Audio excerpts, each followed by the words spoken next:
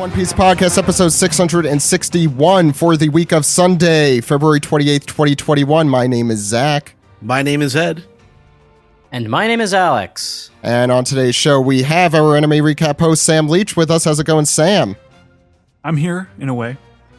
That's what's important. His spirit is with us. We also have our editor-in-chief. That's the part you don't have. Oh, I'm sorry. We have our editor-in-chief, Kelly, with us. How's it going, Kelly? Great. Ready to talk about Sanji, as always. Even if Sanji weren't in this chapter. That's right. I'm sure we'd have time to talk about him here. And we also have animator Mitchell Gonzalez is with us again. How's it going, Mitch? Hey, what's up? It's good to Not be back. much. It's good to have you back. Thank you. So for those who haven't heard you on before, you want to just give a quick little resume of some of the stuff you've done? Oh, sure. So I'm just a freelancer who lives in Massachusetts, and I have worked on One Piece, which is why I'm here. I've done animation on it. I've also worked on shows like Black Clover, Jujutsu Kaisen, and Boruto. Cool. And Mitch is going to be here to talk about both the latest manga chapter, which is chapter 1005, Demon Child.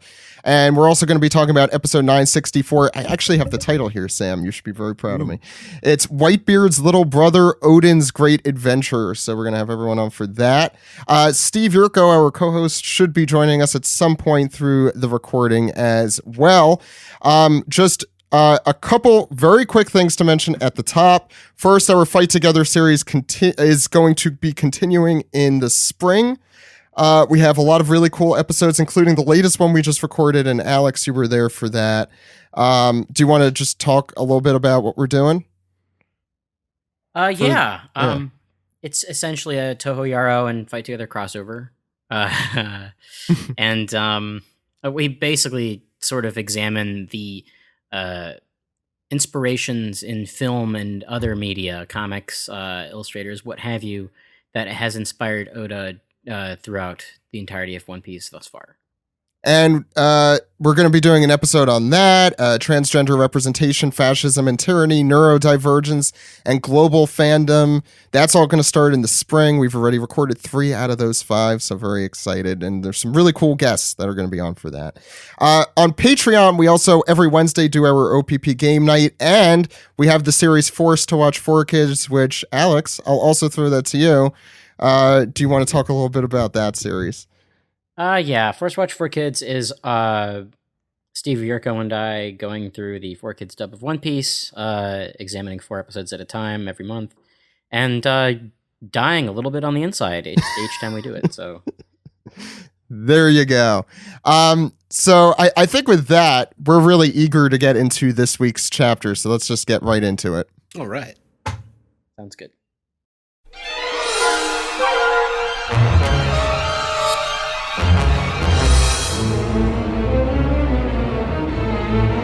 This is the manga recap for chapter 1005, Demon Child. You could read this chapter and all chapters as soon as they come out at mangaplus.shueisha.co.jp or shonenjump.viz.com. All long URLs, but they go to some really good stuff. So, Ed, what's going on the cover here? We have Katakuri giving hungry kittens and puppies milk and donuts by Gum Flame Fruit. So we know who they're a fan of. Those better not be chocolate donuts. That's true. God. It's very cute. Took a dark turn there. Actually, one of those does look like a chocolate donut. Doggy, don't eat that. No. It's bad for you. It's poisonous. Yeah, I think I'll add one thing to this. Steven mentioned that I think this user who submitted this also submitted something to the SBS. We talked about that in last week's episode if you haven't listened, in volume 98. Okay, I think we could... Anything else you guys want to mention with Katakuri being donut hungry here? Big mouth. Big ol' mouth. Full of donuts. Makes me want donuts, but I always want donuts. I gotta say, yeah. The way Oda draws sweets has kind of destroyed me. I wasn't really a dessert. I mean, I was a dessert person. I go through... I ebb and flow with desserts, but I gotta say, since Oda did Whole Cake Island... yeah. it's kind of ruined me, and I have to be very careful not to end up diabetic. Yeah. I empathize, especially donuts, because that's really... Yeah. That's a huge Well, donut. as you know, That's it is a big huge donut. He's so big. So that donut has to be huge. Seriously. Oh God, I forgot about. So those kittens are probably like Yeah, they're 4 feet huge. tall. Yeah, They can that's- probably I mean, handle chocolate then. I was gonna add, I've been baking a lot, and I never thought of blaming it on Oda, but it's a great idea, Alex. I like it. Yeah, it's all his fault.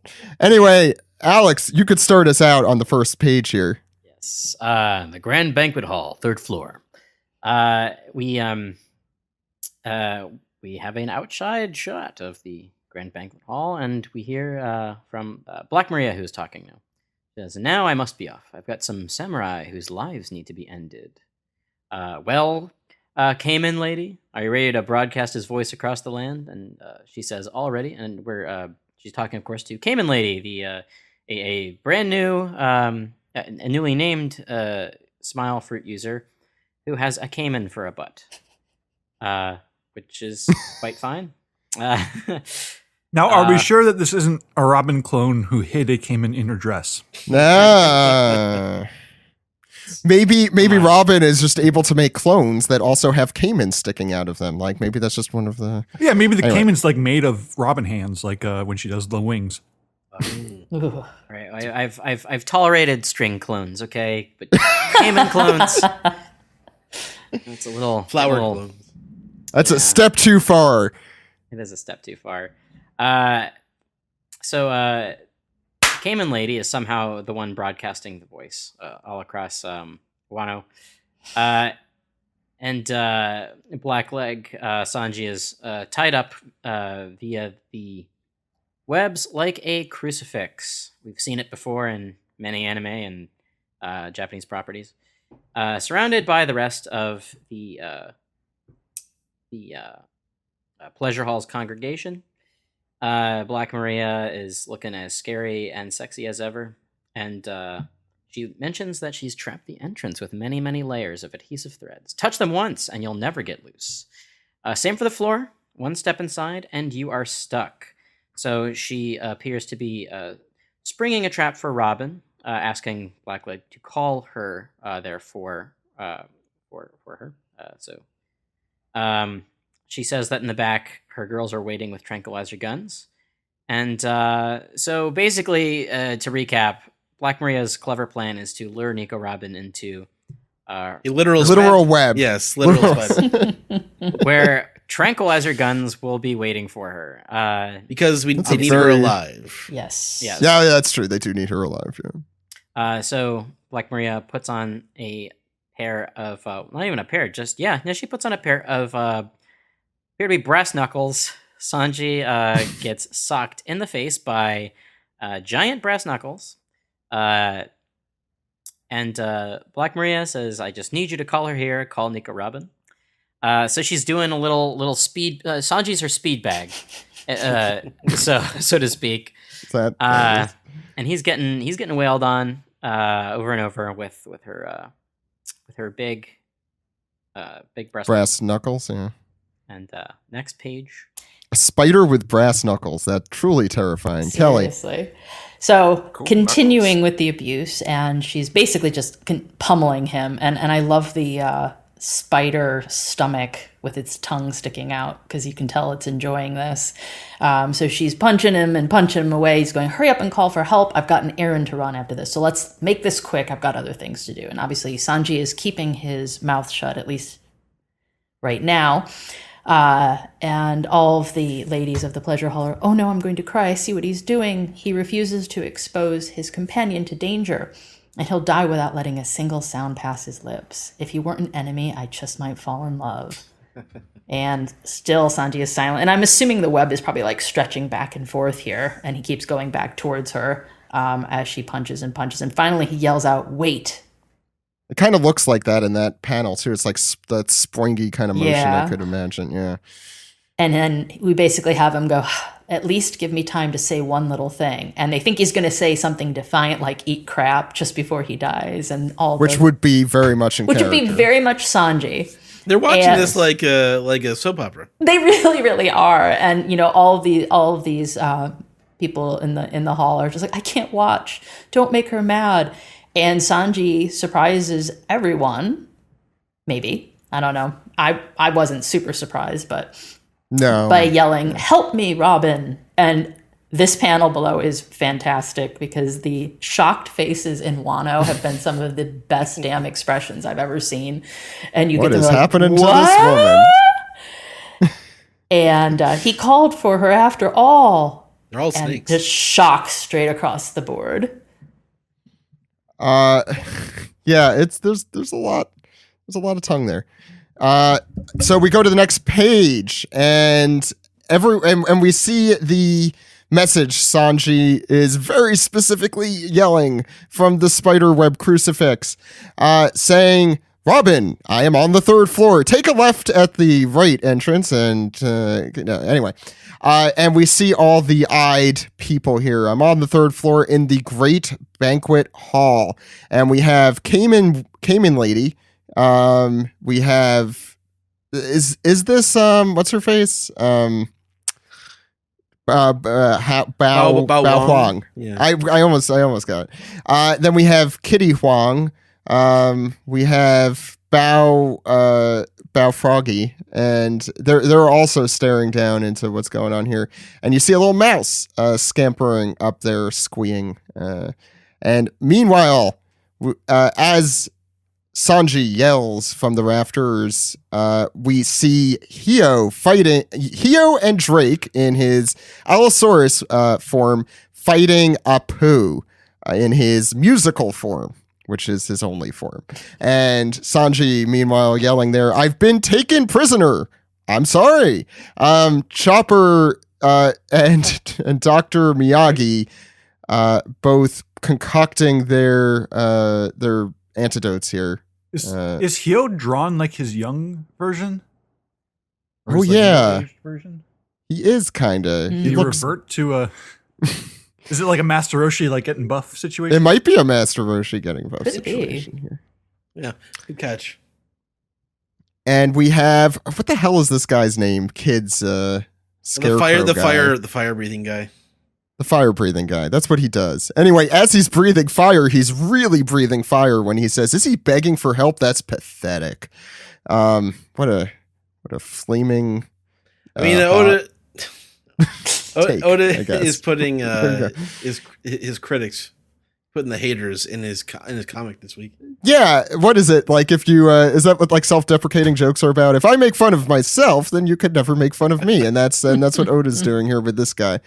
Beppo, meanwhile, yelling and running around. His face looks like it's too big for his head here, saying, "That's one of the Straw Hats." And we continue here as Sanji yells, "If you don't come here right away, they're going to kill me. Save me!" And meanwhile, one insane battle is happening here as Marco versus King and a bunch of other flying people here, including a butterfly. I think it was a butterfly woman, if I recall correctly. There's a centaur guy here in the front. This is crazy looking lasers for some reason. Who the hell knows what's going on here? Plus, Jinbei versus Who's Who continues as Jinbei notes his voice is carrying across the entire island. Jinbei's not Nico, terribly Robin- invested in this fight. Like he's Yeah. fighting, he's having side. Well, it's like a cat trying to get your attention. It's like, "Meow." It does look like he's pawing at him, Doesn't it? Yeah. I assume that's what's going on here. Jinbei's like, "Not now. I'm trying to work." His voice is carrying across the entire island. Nico Robin, the world famous figure. I know what they're after. They're after the forbidden knowledge. And you got Frankie and Sasaki fighting at the bottom here, saying it's obviously just a trap to capture Robin. Listen to and I think this is Sasaki saying, "Listen to that guy whining and wailing." I think he knows. No, I think Frankie knows that Sanji's putting on a performance here. He's sort of laughing at that. Yeah, I kind of thought Yes, it I was think Sanji. Frankie knows that. I mean, not Sanji, Frankie. Frankie, I think Frankie's saying the first one. No, I don't know. I think he's. They I said think that Frankie's guy. saying- I think he's saying the whole thing. That's all Frankie. Yeah. Oh, Both okay. is Sasaki. I thought Okay, the well, we first could- one was Sasaki and the second one was Frankie. The laughing was Frankie. I wasn't It seemed endearing. It wasn't like insulting. I don't know. Yeah, I agree. Yeah, when I talk about Sanji in an endearing way, I'm like, oh, that guy's just whining and wailing constant. Ed, what's next? Okay. So Marco sort of he hits the ground and he's thinking to himself, these guys are fun.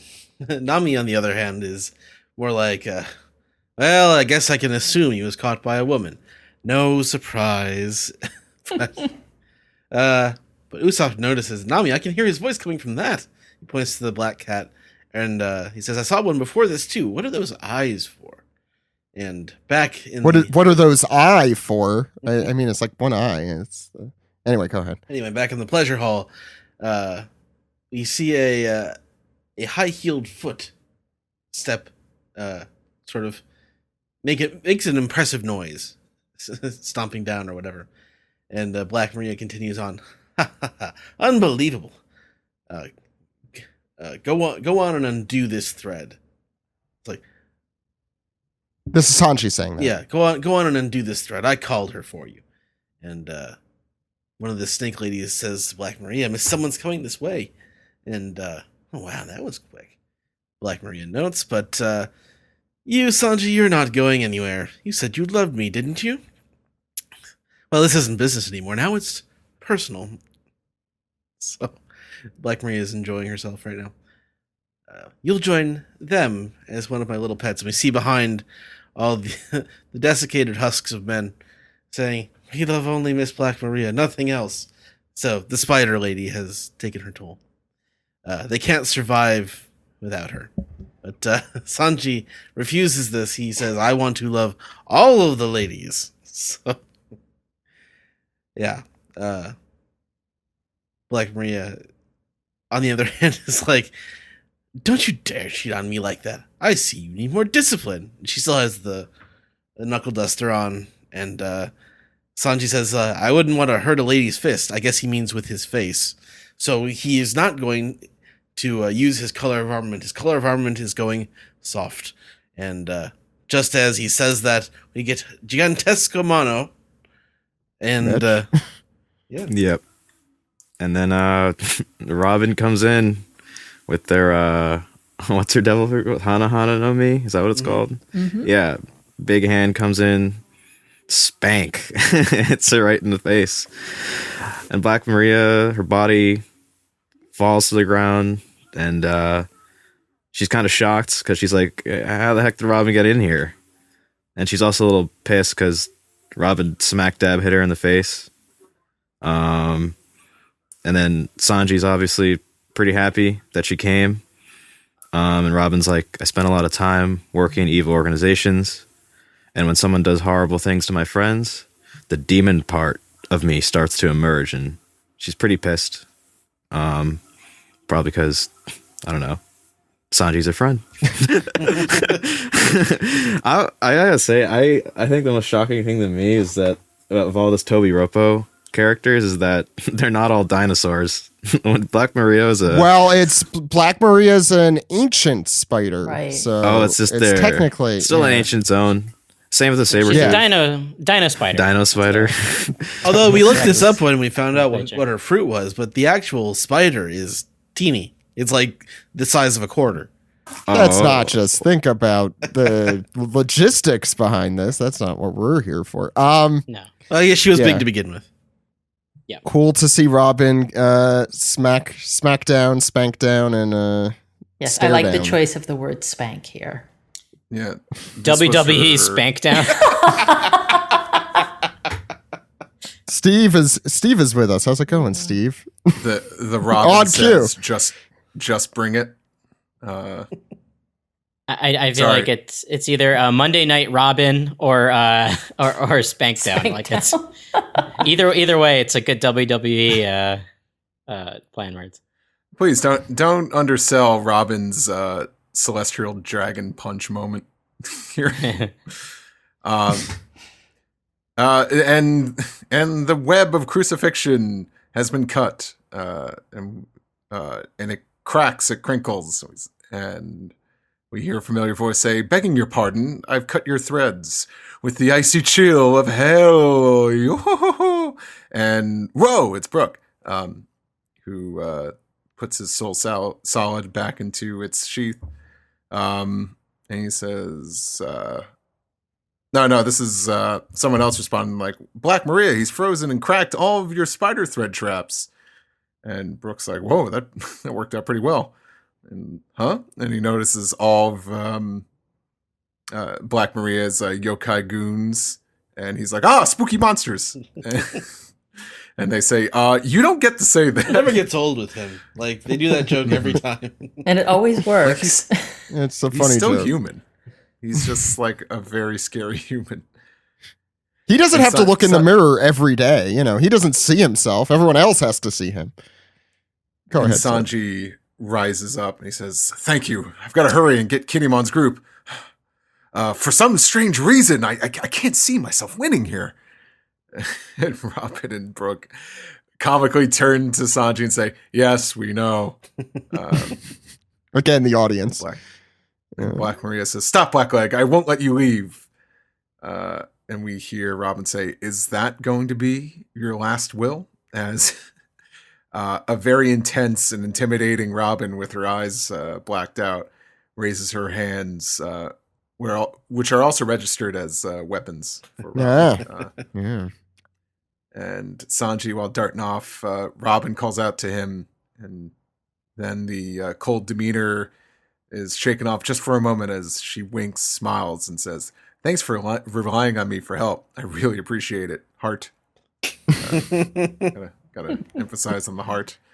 And oh, watch out! I froze the floor over there. As Sanji looks back with his hard eyes, his nose bleeding, and slides across the ice till he crashes. I see that was Brooke saying that. I froze the floor. Yeah, Brooke was saying. Oh yeah, that was Brooke. My bad. I forgot. Robin doesn't have ice powers. I like how his face looks like it's painted on a different body here. I think that adds a lot to this moment. I don't know if that's just me, but his head looks ridiculous for many reasons. Sam. All right, we move on to the sealed storeroom inside the dome. And Momonosuke says, I heard Sangro's voice coming from this mouse. And I think Yamato is holding the mouse and says, oh, one of Luffy's companions then?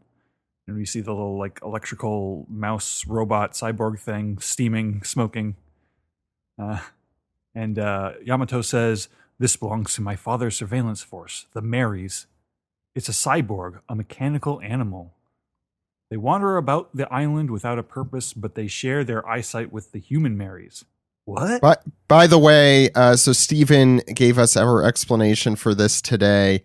And along with, wait, let me pull it up here right now. The user the user on Twitter named Eaton Bobby said, Mary's has the same pronunciation as to say has eyes, or kind of saying the walls have ears, sliding, the sliding door has eyes. Now, Stephen was originally thinking of potentially calling these beholders, to use that wordplay, but got Mary's. Yeah. Yes. Go ahead. Sorry, Sam. And Shinobu deduces that would mean the enemy knows where they are. And right on cue, knocking on the door, we hear like pirates on the outside. It's like, hey, you sure it's this storeroom? That's an accursed place. No one goes in there anymore. And Momonosuke notes that there are voices outside. Yamato says, so it did see us. We're not safe here. Shinobu says, we should move, Yamato. Where can I take Lord Momonosuke where he won't be seen? And the pirates have a big log, like in Beauty and the Beast, trying to knock down the doors. Or any other situation where there needs to be a battering ram. Yeah, I suppose. Lord of the Rings. I suppose there's precedent for that in the real in world. media. Yeah. The new Lord Shogun is in there. Let's bust down the door. Heave ho! And then Yamato just yanks his shirt open and says, I'm sorry for this, Momonosuke. Hop inside my clothes. Huh? I know this is weird on like 5 different levels, but YOLO. Son, please enter my robe. Go ahead. So crack. There's a crack in the door. The battering ram is giving in, and then Shinobu and Yamato burst outward, and Yamato's saying, "Let's go, Shinobu. We have to knock them all out, or someone will see us." And Shinobu's like, "That's not how that works." I wonder where Himomonosuke is in the robes and like in that panel. Like it's like well, so Yamato's very large. Yeah, that is true. So I guess there's That's true. Yeah. And I guess there's just like in one of the gaps, I guess. I don't know. He's also wearing those big baggy pants. it's true. Yeah. Lots of possibilities here, but we'll go through those later. Alex, do you want to round off the chapter? I sure can. Okay. So we're back to the third floor. We hear over a loudspeaker, or rather over a snail speaker. Black Maria, I'll go snuff out those samurai. And we've got some schmucks who see something coming right for us. And it's Jack, everybody's favorite mammoth. Look at that haircut. The worst haircut I've ever seen in my life.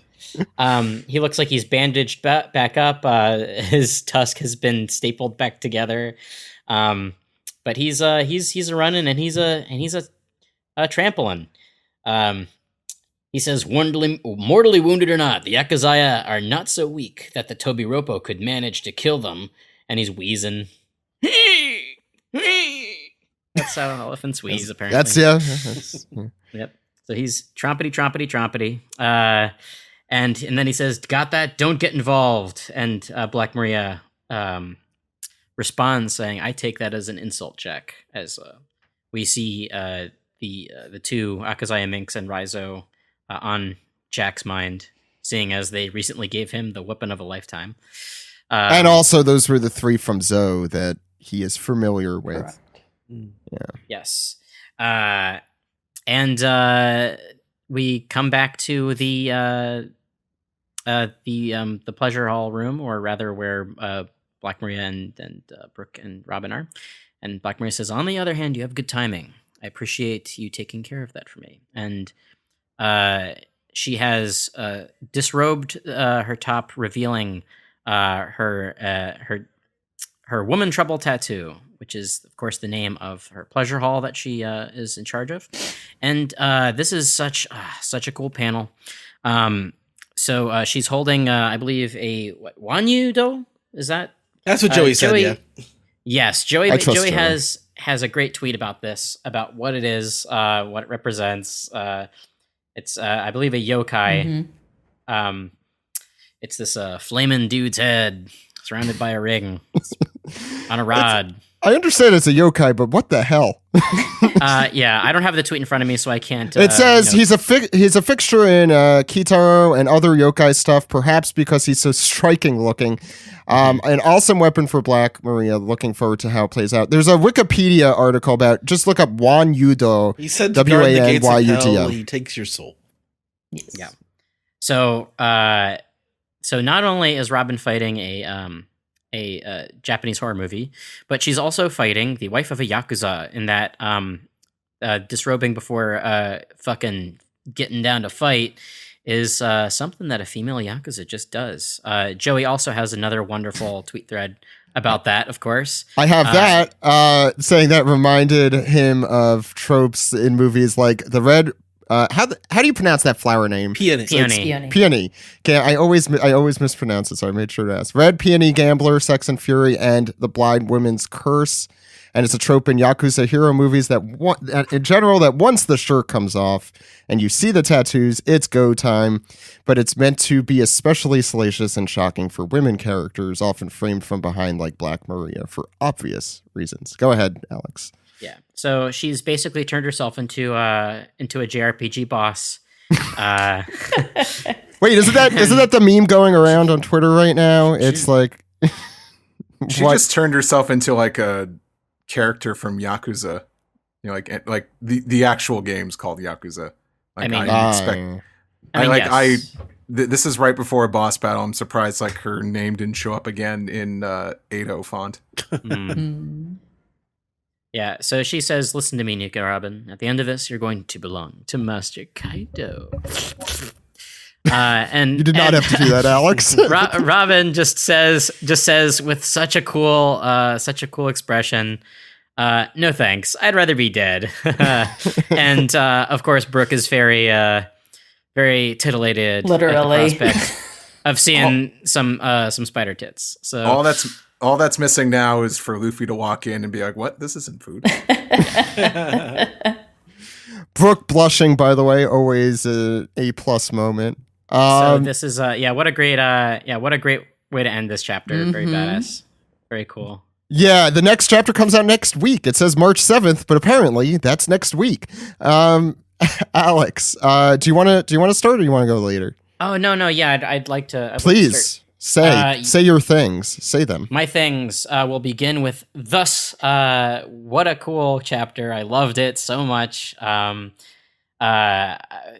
My dreams came true, and Robin is fighting the big woman. I'm looking forward to a really awesome fight. And I don't want to monopolize all the really cool things about this chapter, but I think it's in my reading of it, I think it's a really great moment for both Sanji and Robin, of course. Robin, she hasn't had a really cool badass moment like this in a long time, and she hasn't had a proper fight like this since Yama, really, in Skypiea. But the thing that really got me was Sanji. Of course, they're, they play on the thing that Sanji usually does, like he's going to say something defiant, like eat crap just before he dies, Sanji, wouldn't, his pride would come before everything else. And, he's usually the guy who needs to protect the damsel in distress. But this is a really great subversion of what Sanji normally does. And he asks Robin for help, which is a really cool mirror of what happens in Enies Lobby. The I Want to Live, it sort of mirrors the I Want to Live panel a little bit. And I don't at first it might seem, to, I guess, the common reader or, just at first glance, really, that Sanji is sort of selling Robin out because he's sort of giving in to this torture. And if it were anyone else other than a Straw Hat Pirate, I probably would agree. But the thing is, it's almost like Sanji's been reading the comic and he knows how strong and capable Robin is and how OP her fruit on paper should be. So in my reading of this, I have to really say that he knew, like he says it I think a chapter or two ago. He says he says something to the effect of underestimate Nico Robin at your own peril. Well, Alex, are you saying that Sanji is a power scaler, like he's the guy with the bounty posters, like this one would beat this one? Yes, he has a little crib. He has crib notes like on his inner wrist. It's like, oh yeah, Robin's bounty, it's really high. I gotta and her devil Robin greater than Black Maria. It's almost as if Sanji knew the best fight matchup for Black Maria. It's like, I gotta just hang in here so that this fight could happen, because the readers would love it. Brooke with the assist as well. Yes. Yeah, I think Brooke as an assist trophy is apt here. My fear is that Brooke might steal Robin's thunder, but I certainly hope not. Seeing as this is Robin's time to shine, it really is. But back to the Sanji at hand. The thing that I think is really cool is that this shows that he knows how capable Robin is, and he's not undermining her because she's a woman, which is something that Sanji normally does. He's normally like, I'm the one who needs to protect Robin and Nami, and in this case, he needs Robin to protect him. I think that's it's. I think this is less about him giving into what Black Maria wants, and more about, well, the thing is, Robin, out of everybody else, is the only one who can save me right now, potentially. Right. Everybody else is doing their thing. He knows where Luffy's going. He knows where Jinbei's going. He wouldn't call for Zoro ever. No, he would absolutely not. Never. He would rather die. Not. Yes. Yeah. He would die rather than call for Zoro's help, of course. But in a pinch, I do believe that Sanji, of course, maybe ask Zoro for help. Wait, Zoro's coming to rescue me? No thanks. I'd rather Zoro be wouldn't dead. get there. Let's be honest. Right. That's true. I He'd mean- get lost. Yeah, that's true. When you look at the tears in Sanji's eyes when Robin shows up, it's almost like when Chopper calls Yes. for somebody to help them. Yeah. I don't buy the Sanji's a traitor theory, or that he's a wimp. I think that those are the seeing Twitter today. Those have been the two sides of the coin here. Yeah. In terms of criticizing Sanji in this chapter, and I don't buy either side. Sanji's not a wimp. He's calling somebody who is, let's be honest, Robin is probably on paper the strongest member of the crew, given her power and moveset. I don't know. So I think that and Robin even acknowledging this, thanks for relying on me for help. That's almost like her saying, "Fucking finally." I really think that's a nice sentiment, and Sanji fighting Jack, I think, is a much better matchup. Of course, they're both. I'm sure Steve will talk about that a little bit. Yeah, I think the cool thing about that matchup is that they're both. They've both been beaten the hell out of, so they're not fighting at full strength, but they're still, they're on. I think they're on level playing ground there. So, anyway, those are my thoughts on the chapter. I loved it. I am really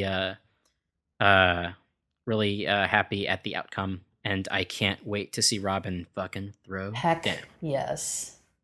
I'm just going to add one sentence to that, and it's that it's important to rely on others for what you're not, to know your weaknesses and be able to rely on others, to help you with those weaknesses. But Sanji's weakness is Sanji's weakness. Exactly. So Sanji just got beat up in Enies lobby. It's learning. Yeah. I think we were talking about this in the chat, but about how Sanji's weakness should be treated like Luffy's weakness of falling into seawater. It's 100%. It's not great, but it's a shonen trope of everybody has a weakness, and in a shonen manga, there's usually the gag weakness as well. And Sanji's look. If you're expecting Sanji to hit a woman, it's never going to happen. Nope. And not to mention the fact that, is that what you want, really? Is that how you want him to grow? You want him to enact violence on a woman? Oh, thank God he finally kicked a woman in the face. Exactly. And I think I'd be disappointed if he did. Yeah, he has whatever his value system is, and I'm using air quotes because whether you agree with it or not, he at least sticks to his guns, right? Kelly, I'll throw it to you for thoughts on the chapter. Sure. So obviously I echo everything, Zach, that you said and what Alex said. But the other thing I kind of thought about, besides, some of the parallels to rescuing Robin earlier in the series, was if you look at the comparison between Sanji and Wano versus I have to sacrifice myself, I can't ask for help, Whole Cake Island, right? Where he leaves everyone behind to sacrifice himself. And you've seen Sanji do this periodically throughout the series where it's self-sacrifice. I like that he asked for help. I think what bothered me so much about some of the criticism online today was, is it wrong to ever ask for help? When did we get into a world where asking for help is wrong? He knows this isn't a fight he's going to be able to do. Like you were saying earlier, and I know we talked about this in the chat, this is his seawater or whatever the weakness is. And yes, I think because his weakness is women, it becomes a sensitive topic and it's perceived in that type of a way. But I actually thought it was a bit of growth on his part to ask for help and know that, this is a big battle. I can't do this. There are other capable people. I need to do something to move this along, but this is not the place where I can do it. So I don't know. I didn't look at it as a sellout. I didn't look at it as him betraying anyone because he has faith in his crew members. Just like Luffy will run off and be like, it'll be fine, Yeah. He knows his crew is strong. But it's funny, when Luffy does it, everyone's like, oh, the captain has faith. But when Sanji does it, it's like, what a jerk he is, and da-da-da-da-da-da. So it's kind of an interesting double standard, and I think it's partially because what his weakness is and some of that sort of dynamic that he has. But I did love the chapter. I cannot wait for all of these fights to keep going. And the last thing I'll say, because I'm sure everyone has a lot to say, is since they didn't show the shrouded figure, I can spend another week believing it's Toki. I'll be with you, Kelly. Well, I Good. guess We're going to be on Toki Island, another Zach. Another week denying the inevitable. Listen, I'm going to take it. I need it. Yeah, come on. We're in 2021, Steve. Let's at least pretend some things are possible. Sanji here. and Jack are going there next chapter. Like dumb storytelling. Shut up, Steve. I'll Mitch, provide my argument in the following. Mitch, what were your thoughts on the chapter? Yeah. No, I mean, I mirror everyone's thoughts. I feel like I can understand why people would be upset. I don't think you should be upset at specifically Sanji asking for help. I think people might just be really craving for Sanji to kick somebody's ass. And they're like, well, he got pinned up with Black Maria, but I think this gives him a chance to like go up against somebody else and like shine there. I'm glad that, because for a while we've kind of had a Sanji where since Whole Cake, where he's been very vulnerable. He's been had a huge amount of like character development, and he's kind of changed. He's completely changed. Like he's just not the same anymore. I mean, he has his core values, but I mean, yeah, I like this chapter a lot, and I agree. Like, yeah, pretty much asking for help and like believing in Robin. You know, I think it's great. You know, he's willing to let Robin fight for him, and that, I don't know, it speaks to me. I'm like, this is sick. Well, A, because Robin gets to fight, and I've been wanting this for so long. Heck yes. And B, I mean, I think Sanji's gonna have his moment. It's just not here, and I'm kind of glad that he kind of detoured over to Black Maria. But I can understand. I can understand. I guess people probably just want to see Sanji take a W, because it's been. He kind of had one of page one. You could definitely say that, but in the manga it was a little more vague. In the anime, you know, he didn't like. He was fine. Like page one was fine. I think they want to see Sanji have that decisive win. And I get that if you're like a big fan. I'm a big fan of him. I like to see Sanji take W's, but I don't know, like, because of these past, like, few chapters, like, since Whole Cake, I mean, I liked him even more, because he's just, like, he has so much depth to him that, like, in the beginning, like, you could just look at Sanji as just, like, you know, just a chivalrous guy, and that's it. But, like, there's so much that's been done with this character, and, I mean, he's one of my favorite characters next to Robin in this, so this chapter, in and of itself, is, like, great for me, but, yeah, no, I mean, I have, like, no complaints for this chapter personally. I can understand, like, people craving Sanji to take W's, but that's really the only reason I could understand. But I think people gotta totally see the point of view of, like, he's not being a weenie. He's just, like, he's just trusting his friends. Exactly. He knows that there's still work to be done. It's not like they can't do this without each other. It's him fighting someone else doesn't lessen his contribution to a battle. It just means he knows where he's best served for his talents, for example. And I like how Brooke came too, because Brooke, like everyone else, I mean, Jinbei looked a little bit concerned. I don't like, and I guess he's newer to the crew, but, you know, I'm glad to see, like, Frankie came with Robin. Like, he knew. They all know. They know him. Nami and Usopp are talking about it. Like, it's probably, he's fighting a woman. He can't do it. Yeah. No, it was nice. And it's definitely a hype setup chapter. Like, I hope right next week it goes right into the Robin stuff. But knowing Oda, who knows? Who knows? Yeah. That's for sure. Steve, your thoughts? If you have Oh man, there's already like a lot of really good stuff, or what needed to be said already about Sanji. I think what I could add is probably what some people are mad about is they see in Sanji what Zoro represents, because Zoro is the shonen male power fantasy. That's why he's so popular in this Sanji? character. I mean, yeah. No, you said Zoro. Zoro. Okay, like I already forgot who I said, but That's Zoro, and yeah, he's the super tough guy.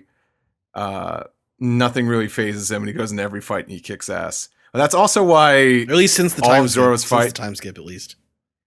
That's why, like, all of Zoro's fights totally lack a sense of lack any sort of sense of like, not urgency, Tension? but tension, I should say. Like, he hasn't had a fight where it truly felt like He was gonna lose. it was gonna lose since Mr. One. Like, not even. I don't know. There was times with Kaku, not really, but Well, Kuma. Are we talking about Zoro? Because a lot of Zoro. the stuff in right. But even the with, Shabody like, stuff. Kuma. even with Pika, Yeah. even with Pika, was there ever a doubt that he was going to do it? No. It was going to look really cool. Yeah, I think since the time skip, that is true. Before the time skip, he took a lot of L's to put it to put My it that main way. point is just that, yeah, there was just a lack of tension there. Like, like, Zoro's gonna job out all these jobbers. But at least with, like Oda uses Sanji as a chance to just do interesting character moments. Like, and I think maybe not everyone reading a shonen manga, that's what they want, or at least they say that's what they want, and then when they get something that's not just a character whipping ass and not needing any help, they get upset. But I think it's just this was progression for Sanji, because he's having faith. First of all, he's not self-sacrificing, and then he's having faith in his crew members. Especially, he's having faith in one of his female friends. So he, like he said weeks ago, he said, like, don't underestimate Nico Robin. He's treating her like a worthy adversary, not to himself, but to the others. Like, she's a tough cookie. She could take care of herself. And that's pretty good, instead of him just being like, don't you dare touch it's like, lay a hand on Robin. It's like, she's a special flower. No one go near her. She's Rebecca from Dressrosa. It's That's so specific. stuff. Robin was also involved in that fight. Yeah. Yeah, well, that's a whole different. Yeah, topic none of that was conversation. Robin's So, fault. But, I think if you breeze through this chapter, it might come off like weak and on the surface level, but you gotta actually read the room. You gotta know what's going on here. And also, I don't think it's been talked about yet. It's possible that, like, Sanji saw the Marys and saw how that system works, and he thought, let me also yell out to my crew so they're aware that there's a surveillance system in here. yes. Yeah. Because Usopp picks up on that. That's true. That was the first thing that popped into my mind with that. I thought that was the main thing that he was actually trying to do. I mean, I guess in addition. So instead of looking at that one Mary thinking it could be Robin, like some of you jokers thought, he was seeing how they operated, and he adapted to the situation. So, and that's classic Sanji there. Sam, I'm going to let you respond directly to Steve. If you're done, Steve, if you have more to say, I want to. I mean, other than that, it's just a really fun chapter. And yeah, I am super excited to see Robin kick some ass. Heck yes. It might not, it's not necessarily going to be in the same style that fights used to be, but just the fact that she's getting a chance to fight and not just taking out a bunch of, just like random enemies, like in Fishman Island, or like it was a Pirate Warriors game. This is what we wanted for a long time. And yeah, Brooke's there too. And I agree with Alex. I hope he doesn't steal too much of her thunder, but it's an interesting combination though. I'm looking forward to seeing that. Good chapter. Yeah. Sam, thoughts? All right. So for the most part, I share everybody's sentiments. I'm ready for a hot take here. Yeah, there's a slightly warm take coming up. Okay. I don't think we should ever be surprised when Straw Hats like call to each other for help or are comfortable with each other risking each other's lives for each other. That's what like so many of like the classic arcs are about Nami or Robin or Vivi or Sanji learning to let his friends, risk their lives for them. And it's kind of why this is sweet. Like Sanji and Robin have both had that specific arc. I finally put my finger on like what was really tripping me up about this chapter though. And it kind of goes to the tension thing that Steve was talking about. Like I think that this chapter like really completely whiffs the tension on the lead up to like Sanji asking Robin for help. And I think the clearest example is just the fact that I think that panel of Help Me Robin, like the chapter would have been completely different if you had to turn the page to see that panel. Like the fact that you turn the page, it's already on, like it's in the corner of your eye. You're getting to it as you're like reading through the text. Yeah. Like that's why you got to read on your phone like me, Sam. It ruins some moments, but it helps in others. And that was another that like I feel like that speaks to the problem I also had, like the quote unquote problem with the beautiful eye scene in Whole Cake Island, which is a scene I'll go to bat for probably the rest of my life. But I think like the build up, the setup, and the payoff in the paneling, I think does do the moment a disservice. And like I normally don't like to be the guy who thinks he knows anything about paneling, but I do think that's a big difference. And also I also don't like that we see the little like silhouette of Robin's foot as she's like entering the scene. I think it would have been cooler if she just appeared with the spank. I didn't even realize that was her until reading it now. Like I didn't put two and two together my first time through this. Yeah, so just like a lot of things just like land weirdly. Same with the bit with Sanji like turning his armament hockey off because he doesn't want to hurt Black Maria's. Aren't you the one who mentioned the new euphemism that comes out of that though? That was my joke. Yeah. Yeah. Okay. So at least you got that. Well, that's Sanji power scaling. He's like, well, clearly I could just use armament hockey. My favorite panel. Yeah. He's such a nerd. But I want to create dramatic tension. My favorite panel in this chapter is Sanji slipping on the ice. I think that's yes. Yeah. Well, he's just like so excited to like be running away and be saved by Robin. And send that one into America's Funniest Home Videos, please. he probably doesn't even care that he just got. Bob Saget loves that panel. Robin, super cool. I love her final panel where she's saying, "I'd rather be dead." That fucking rules. I got to use that on Twitter more now. Like to respond to people. No, thanks. I'd rather be dead. No? Okay. Sam, anything else? I think that does it. Zach's going to reply that to like cooking TikToks. Ever tried it's like frying chicken this way? No, thanks. I'd rather be dead. So, okay, calm down. It's just fried chicken. Here, have a cotton candy. Well, because it looks so polite, thanks. the way Robin's saying it is so polite. It's Ed, thoughts on the chapter? Well, honestly, at this point, I don't have much to add, but I do love the Ed. Any thoughts on the chapter? Yeah. Oh, go ahead. I got yep.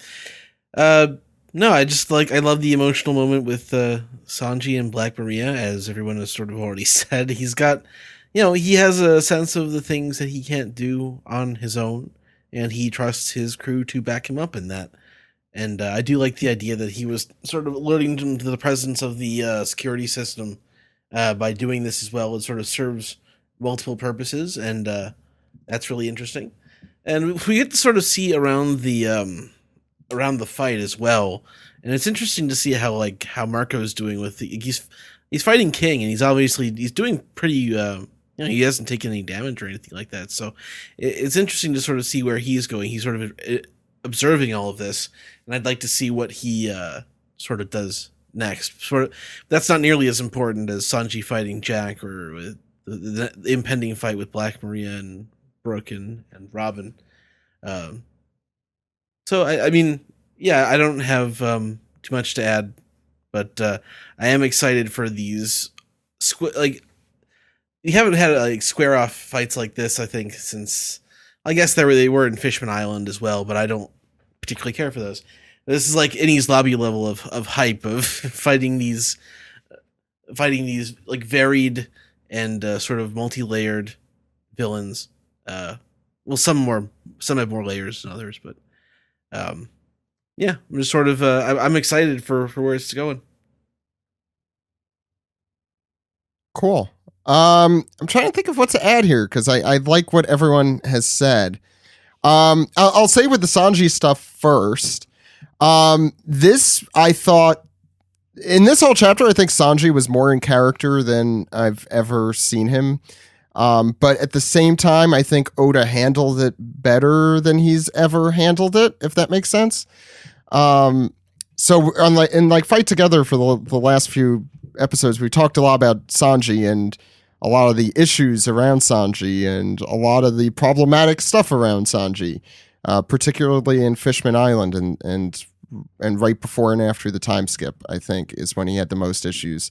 And then the fact that Oda also tried to retcon some of the stuff around Sanji a little bit.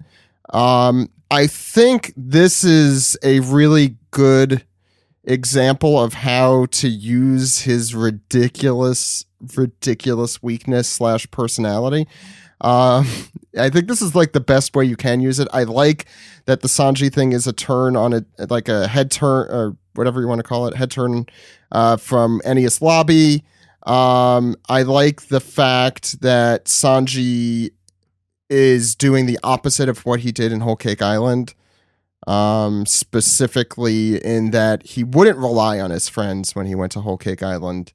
And when he basically abandoned them because he didn't feel like he could trust them to deal with this, or at least he didn't want to put them at risk. He didn't think they could handle themselves about it. This is he wanted to handle his business himself, you know. Yes, he's like I could do this. I could deal with this shit on my own. I don't want to have you guys get involved. It was a combination of selfishness and selflessness in that he went to go do that. In that he didn't want to put anyone at risk, but he also wanted to handle him on his own. This is kind of the opposite, where it's extra selfless in the way that I think Oda has really redefined Sanji over the last few years. And I think I almost think that if anything characterizes One Piece more than anything, it's like a series of examples of like selfish acts of selflessness and like selfless acts of selfishness. Yeah, because ironic pirate way, you know, they're pirates but they're good. Yeah. Guys. It's the freedom thing. It's also like, if you recall, when Luffy gets back on the ship right before Fishman Island begins, he's like, sorry for being so selfish. And everyone agreeing that, yeah, that's just the way you always are. We're used to that. But like his selfishness was to be selfless to try and save Ace, you know, like, but also there's like a hubris around that as well. If you think about it, like Luffy thinks he could do that. He could just go in there and do this himself. I think that is a, you know, common thread. So to be able to say, I can't handle this situation because this situation is beyond what I am able to do, I think I think those are the moments. We talk a lot about not having enough growth in the Straw Hats post time skip. I think moments like this actually do show some growth in being able to accept weakness and accept places where you can't do the things that you think you could do. Or that you had thought you could do in the past. I think Luffy's been doing that a lot more. We have yet to see that from Zoro. I think, as we mentioned, if you just want to see that pure badass, I could deal with any situation, Zoro is still the person to go to. Well, I mean, it feels like it's coming up in this arc, isn't it? Like, it would have to. It might, yeah. Like, I think like it's the sword. I think that whatever it is, the interdependence though between the Straw Hats, the fact that it's not codependency even, it's just that I know the things I'm good at, I know the things that you're all good at, I'm going to rely on you for the things that you're able to do, and you rely on me. Yeah, they're a team. Kelly, what? I said they're a team. Yeah, that's exactly. how it's supposed to be. Yes. Yeah. And it's good to see that here. There were a few other things. Let's see if I remember what I want to discuss, and then I'll round off this segment here.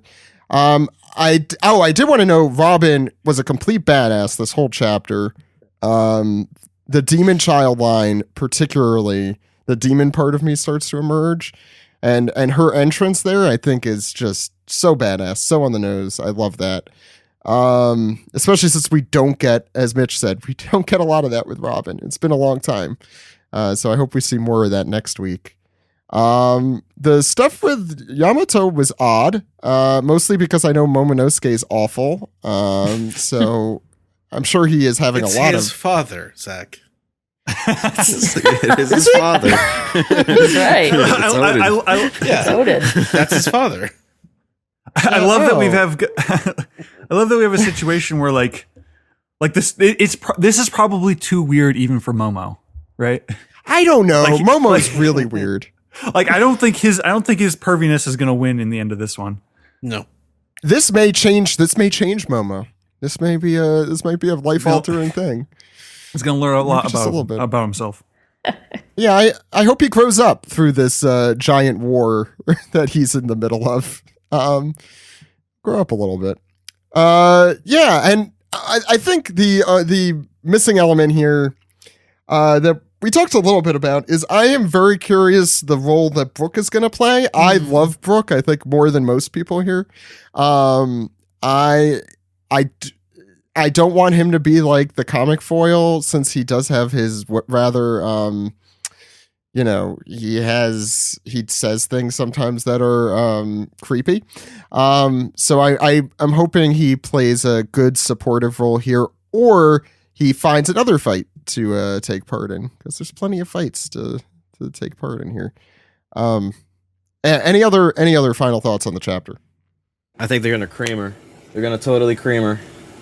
Absolutely. Black Maria's toast, dude. It's over. It's over. I guess roasted like a spider. I'm like trying to think how spiders are cooked Yes, over delicious open roast flame. spider. Nothing like a cranberry cream spider egg. I mean, at least in that particular hall, there's still enough enemies where you could see the fight being somewhat balanced, I think, with Robin and Brooke there, because you still have all the attendants that are most likely going to attack, as well as Black Maria. So hopefully they balance it out. I'm hoping that the blushing over the boobs isn't going to be like indicative of like the next chapter opening, and Brooke disappointing me slightly. Like, this is like one of the things I was thinking, and that you just reminded me of it. Sorry, Kelly. Is that this chapter feels like excuses for Oda to indulge in his worst tendencies, Yes. but in a good way. Like, that's how I felt reading it. I'm like, Oda is trying to get away with this, and he is, and that's what really pisses me off about it. Because it works for the character or whatever is happening in that moment. Like talking about the Yakuza aspects of what happens on that last page, for example. It's like, yeah, Oda definitely wanted to draw that for more than just that reason, but okay. It does set up a lot of boob puns in the next chapter, potentially. Yes, and he is a fan of those. Yes, from he what I is. recall. Any other thoughts? Okay. Let's move on to the next segment. Okay.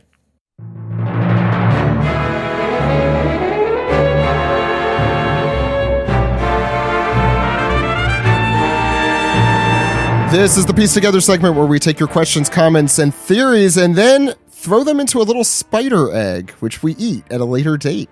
That got a little gross. Let's get started with Ed. That's what? Yeah, they're like fortune cookies, but they're spider egg chocolates. It's a very weird concept. Spiders don't eat their own eggs. I did say the spider egg. Ed, what's the first part of this? Spider egg. I mean, this piece. We've been doing this for a dozen years, and we'll get it one of these days. Sam, what do we have on Discord? Our first disc piece comes from Big J of Today. I tend to really enjoy the trivia each week, and the Who's Higher game did not disappoint. Way to earn that explicit podcast rating along with pushing cigarettes. Is this the saying yes to saying no to saying yes to drugs era of the podcast? Yes. Yeah, we've given up. Yes. Smoke it up, kiddos. Did you hear Yes that one? / no. Did you hear that one game night we did? Oh, God. On a serious note, with a talk about Kaido wanting to kidnap Robin, do you think the arc will end with one or more of the Straw Hats incapacitated or missing? I hope we get a strong conclusion to Wano like we did for Water 7 or Thriller Bark. Guys, Jinbei just showed Yeah. up. No more Okay. missing crew members, Yeah, I think- please, for the love Seriously. of God. I think we've taken that as far as we can go. Yeah. Like, we've done it so many times. We And need to everybody's just so enjoy tired. Yeah, everybody's so tired of having the crew separated. We don't want it. We don't need it. and we don't need to We go just want after them- Robin again. You know, No, we we've We already just done want them that. all to hang out. That's all we want. Don't underestimate Nico Robin. I forgot to mention that Sanji was kind of the damsel in distress this week too. Again. So, you know, that's the rescue right there. We don't need another one. Anyway, what's next? Our next disc piece comes from Big Mike, who says, "Hey OPP, I have a crazy theory before the time skip. Robin wasn't able to sprout any body parts with clothes, and now she can sprout her body with clothes on. Do you think this can be some form of awakening, since some devil fruit awakenings can affect objects other than the user? And would Oda likely say yes to this in an SBS? Yes, I'm glad Robin gets to have a fight and the reverse chivalry of saving Sanji. If Hancock shows up in this arc and takes down Big Mom, I'll be a happy man." Sanada? No. Oh, no. Never mind. It's not. Do we think Robin has awakened her devil fruit? I'd rather not think about that. How would that work? Would we be inside of Robin? Like, would it be her organs? Whoa. Okay, we've already earned that explicit rating. Yeah, for this well, okay, not episode. what I meant. Not what I meant. I meant like in the Fantastic think she- Journey or something. What I was think that she'd be movie able to called? turn like the floor and stuff into her arms and shit. That'd be We'd be in her really creepy and intestines. awesome. Hmm. I assume it's like an evolution of a fruit in the same way that Luffy doesn't have to shrink when he uses Gear 3rd anymore. Like, it doesn't really actually make sense that would change, but, you know, just for the sake of the magic of comics, you know. What's next? Next disc piece comes from I'm a Common Writer. It says, "Hey OPP, if Nico Robin could rob Robins from Robin while dressed like Robin inside a giant Rob colored like Robin, how many Robins could Nico Robin rob from Robin while dressed like Robin inside of a giant Rob?" Yes. And then they provide some pictures of Rob from Super Smash Brothers with colored red, and Robin from Super Smash Brothers, and Robin from Batman, and a picture of a Robin, the bird. And I'm thinking of, what was it, Rob the Robot from the NES? Yeah, that's yeah. Yeah. Okay. What about the Major League Baseball team, the Baltimore Robins? Oh, you watch sports? What a nerd. He doesn't. It's the Oh, Orioles. it's the Orioles. I was gonna say, yeah. Well, do you mean the Ravens, the Baltimore Ravens, the I knew football I was team? going to make a bunch of Maryland, DC people angry with that. Not angry. Like I'll just tell doesn't you make one thing sense. about the Orioles, and I love the Orioles. They're not good, and we like it that way. I'm a Mets fan, and we also like it that way. And I'm gonna go cry in a corner. No, you don't. What's next? No, you don't. Our next He's disc right. I piece- hate it. Our next What's disc next? piece comes from Morgil, who says, "Hey OPP crew, so once again, Oda manages to confuse the arachnophobes in the audience, because I'm honestly not sure if I'm supposed to be creeped out or turned on by the topless spider chick. And I'm here to say you're supposed to be turned on. That's what a healthy growing boy would do." And women. 'cause Sanada. I thought it was And pretty woman. hot. That's right. It's not a song. Men and women find Black Maria hot. Absolutely. I don't like spiders, but I think Black Maria is very hot. You guys watched Monster Musume? Mm-hmm. No thanks.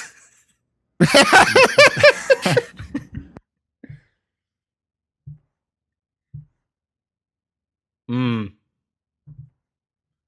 Our next disc piece comes from Brute or Brut. I'm not sure how to pronounce it. "Hey OPP, if they make a Sekiro 2, they should just set it in Onigashima. Oda is coming up with cool and freaky boss designs week after week. Anyways, do you think Black Maria's weapon is a real yokai or just looks like that for the aesthetic?" I assume it's a devil fruit thing. Probably, right? Oh man. Unless Big Mom made it for her special. Yeah. Or you mean like it ate like a fruit, like the object Yeah. ate a fruit? Oh, Yeah. Mm. That's possible. I think so. Or it's a guy that looks like that ate the fruit. Whatever. I was the gonna rest say of the he thing is. ate a bad devil fruit, and now he just is that. To be fair, we've seen weirder devil fruit. That's true.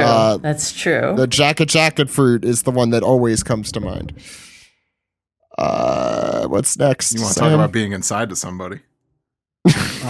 Our next this piece comes from Akaneko, who says, "Hey OPP, I know some people are not going to like this chapter because of Sanji, but honestly, I thought it was a great moment of character growth, as even despite his chivalrous ways, Sanji had zero hesitation in relying on a woman to bail him out, and he had complete faith in Robin to get the job done.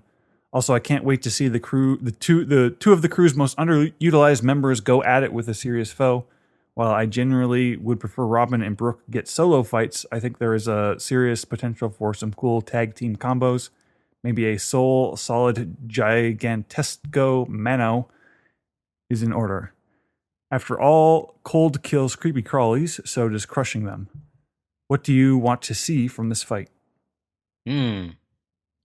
I just want to see some awesome action. Like I want to see some. I want to see Robin do shit. Mm-hmm. I also want to see her unveil a new move. I feel like she's been using her immediate post time skip moves as like a crutch for like the last however many years it's been. So I want to see something cool and new, and really awesome. But I just want to see the fight happen. Honestly, I don't want any like, oops, the fight's over. Yep. Yeah. Don't want the ceiling to cave in and crush her or anything like that. Yeah. Just want a real fight where they both contribute, I think. Yeah. Oops, no ceiling. As much as I want Brooke to have his own fight, I'll be content with him just dealing with the webs. So. Yeah, I just don't want my expectations to be met. I just want some crazy shit to go down and not really even be expecting any of it. That would be ideal. If that makes sense. Sam, any other questions from Dis Piece? Our final Dis Piece comes from OG-san, who says, "Oh man, please tell me Hyogoro can do the life return technique like Laoji and Kumadori. Please, Oda, don't skip that too. Would love to see him help Drake take down Appu for good." That's a good approach. Like that could be an explanation for it. Yeah, I like that. Because the 6 powers were like, I felt like Oda introduced that before he was like set on hockey, and then 6 powers just kind of got phased out. No, it still exists. It's like a government technique. You get the skywalk, and Sanji uses it. Yeah, and that's about it. I got the sense that would, his original. No, we had a finger pistol. There was some finger pistoling going on. Iron Body, it's kind of just like pre-armament. Yes, yeah. It's like, don't got hockey? Use this iron body. Paper anyway. art. Try to hit me. I could hear Steve moving in that one. I like it. That's it for Dis Piece, right? Yep. Ed, time for... Oh, yeah, Zach. Why don't you enter some emails? Thank you. Thank you, Ed, in your normal voice. First one comes from Ryan. I think I told you I've been listening to old One Piece DVD commentaries, and they were doing impressions of one of the directors, Jason Grundy, and it just turns into Strong Bad at one point. Oh, yes. They also do Homestar as well. So I got a double dose of that today. This one comes from Ryan. Really enjoyed today's chapter, and I'm looking forward to my first Robin fight since I started reading the manga. The way that this chapter ended looks like the fight will involve Black Maria's hair staying in one spot and not moving at all unless she puts a shirt on. Courtesy of the FCC, which I don't think is what governs these affairs here. If you could give devil fruits to the cast of Brooklyn Nine-Nine, what would each detective get? That went in a completely different direction, but there you go. Wow, I haven't watched Brooklyn Nine-Nine in so long. I've never seen it. That I couldn't possibly answer this question, which is I was a big fan of the first couple seasons, but I fell off of it almost like completely, so I don't remember much, unfortunately. Just give everyone the jacket fruit. Yes. Next one comes. I guess since they're cops, give them the cage fruit, right? Like that's or don't. Or not, actually. I'm trying. Look, I'm not advocating. I'm merely stating that. Oh boy. Next question. I'm gonna just let you. Yeah, I'm just gonna let you sit there. Giga Caesar says in 10 chapters, the only allies we haven't been updated on are Carrot and Wanda in their fight against Sparrow. Oda showed nearly everyone else this week, and I know you guys like to rag on her, but I want to ask that you don't count Carrot out just yet. So Sam, I'm gonna throw this to you since I know how much you hate Carrot. I feel like I'm being put on the spot. You are. That's actually exactly what I'm doing. I'm putting you on the spot. Of course we're not counting. Wouldn't it be funny if like you could hear like the PA outside of Onigashima, and it's like, because we're seeing all the Straw Hats, and wanted to be like, "Hey, Carrot, it's like, does that sound important to you?" And Carrot's like, "I don't think so." I'm not roped in that group. Alex, what's the next place we're headed to here? Oh, we are headed to the subreddit archipelago, where we'll all be separated for several years and then meet at the very same place, only to have become stronger and our friendship stronger as well. We have a bunch of... no, that's just COVID. Oh my god. COVID's our 3D2Y. Hopefully not that long, God. So we have a lot of pieced together on the subreddit archipelago. So I will say that there are a lot of there are a couple of questions that are directed towards Steven, which I will not let's table for next week, or those of you who have submitted questions for Steven, just wait till next week. We have a bunch of questions as well that we sort of already covered in the manga recap. Everybody who sent stuff in this week, I would love to read, but since we have a lot, this is just to cut down on time. Thank you so much for submitting stuff. Right off the bat, we have Astra Leatrice, who says, I don't have a question or anything, but I just want to say thank you so much for making Fight Together. So thank you. Thank you. Yeah. So, let's see, that's something we covered. Congo Jack says, I've been thinking about Black Maria being a giant spider lady, and I don't think people realize what this means. I mean, most people are normal size and only have 2 feet to step on me with, while Maria, on the other hand, doesn't even need a rope to tie me up, and ... You know, you should be reading the good questions, not the bad That is a ones. good question. It's a very good question.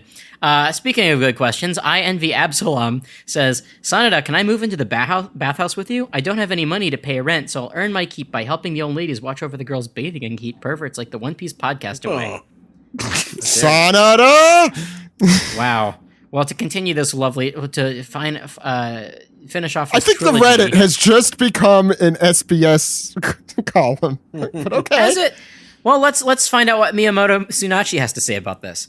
Today's your lucky day, OPP. I have come to your aid. Lately, there's been an influx of Sanada-esque questions in the Piece Together segment, and frankly, I am disgusted.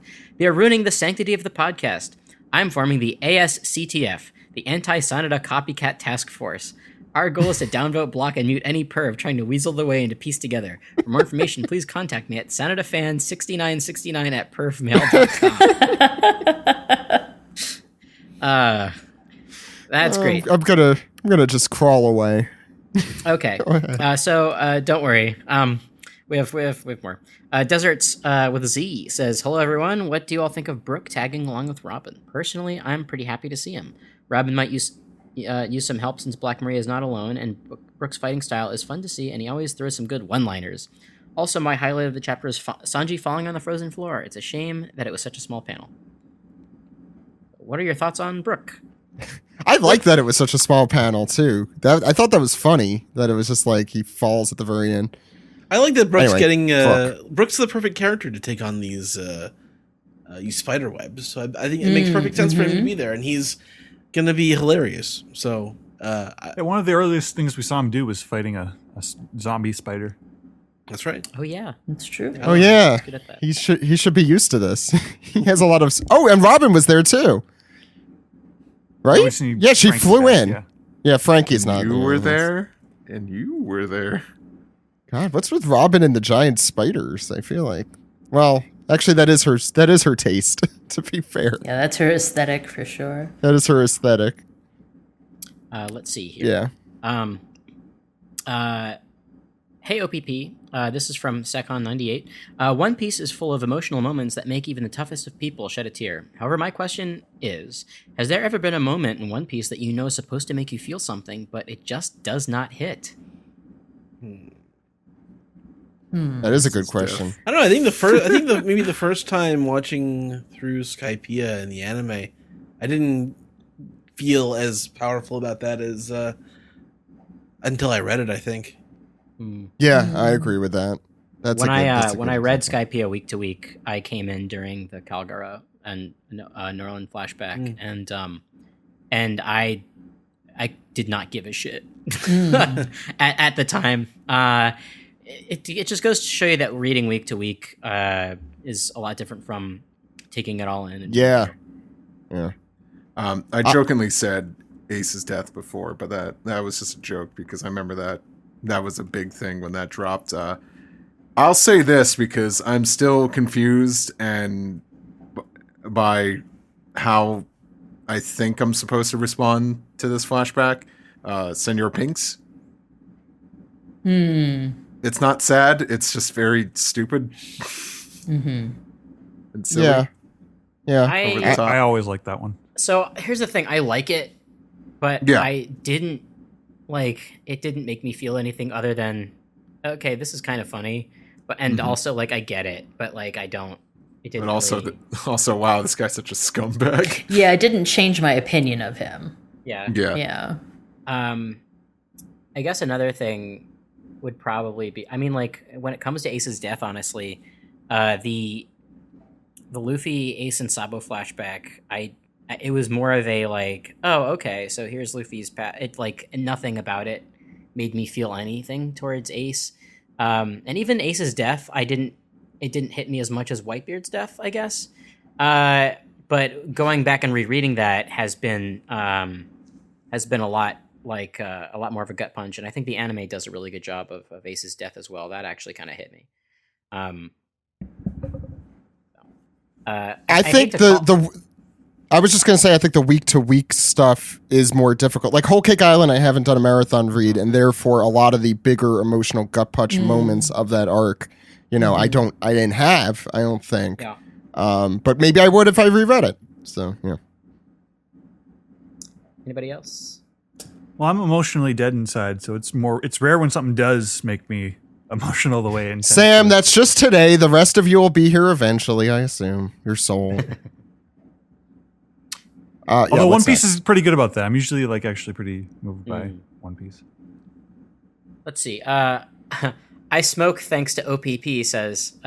Oh my what is your god. Smoking is cool. It smells like shit, but it looks cool. What is your new hobby in this pandemic? I particularly learned a little bit of carpentry and look cooler. I was gonna say, I learned how to smoke a cigarette. I thought that's what he was And then gonna I say. quit. And then good. Go for it. You guys go first.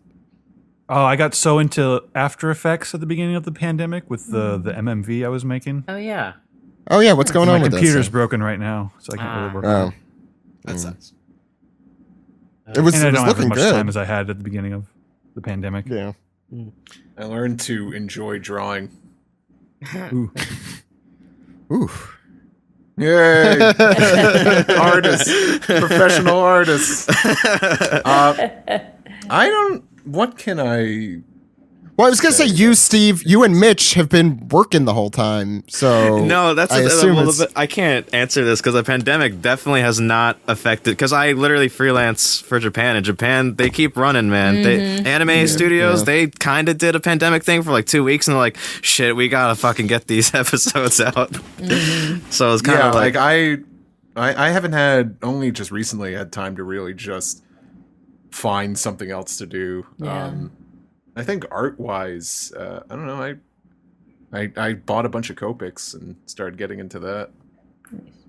Yeah, for me, work hasn't gone away at all, which is actually it's been more busy. But the only thing that I had to do was teach myself how to cook, and I hate cooking, so I'm surprised I'm still alive. on the food that I've been making myself for over a year. My food is garbage. Oh, my food is so bad. Maybe that's part of the reason why I love Sanji so much. I'm like, please, someone make me food so I don't have to eat this. Well, on that note, yeah. I in addition to binging most of Top Chef, a lot of we can talk at length about it if you'd like.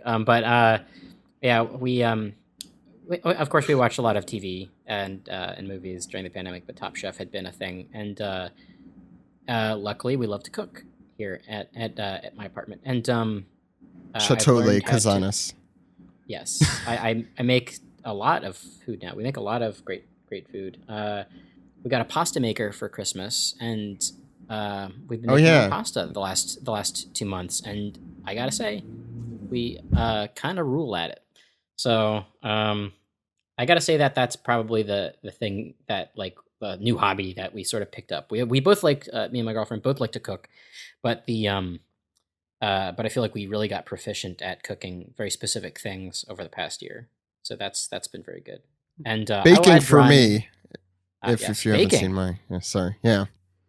Do you lots of? Are you a fan of the Great British Baking Show? So I was going to use that as a segue from yours. We binged that whole show during the pandemic. It's very addicting. I know. Yeah. But at the same time, it's like I was it's kind of like the Bob Ross of cooking, where it's like, I could do this. And sometimes you can, and sometimes you really can't. But it's, I've been enjoying doing that, but it is not, before the pandemic, I worked out, I ran, I didn't eat a ton, and now I eat and I don't do anything else, and I bake. That's the thing. That's been the problem. Making and eating pasta, but I haven't really worked out at all. I just bought some. Although I have some adjustable dumbbells, and we'll see when they get here. I got that Switch game, the Ring Fit Adventure one, which is fun, and I should get back to it at some point. I heard it surprisingly works you out. It does. Ed, it gets you. The big book of British Bake Off. Ed, what about you? Have you I've been using the pandemic to digitize all of my discs, my anime collection that I have. True. I need to do that. I'm almost done with that, actually. And in the meantime, I've been getting into watching a lot of it's sort of the most popular Japanese variety show. I'm watching Gaki no Tsukai a lot. The no laughing New Year's show that they do. You ever seen that? My friends basically love, it's a 24-hour. It's okay, good, because it's a really popular, like, late night comedy, like, variety show. It's been on since the late 80s, but every New Year's, as counter programming to Kohaku, they do a 5-hour special of this big 24 hours. They go for 24 hours and they're put in all these situations and they can't laugh or else they get a smack on the ass.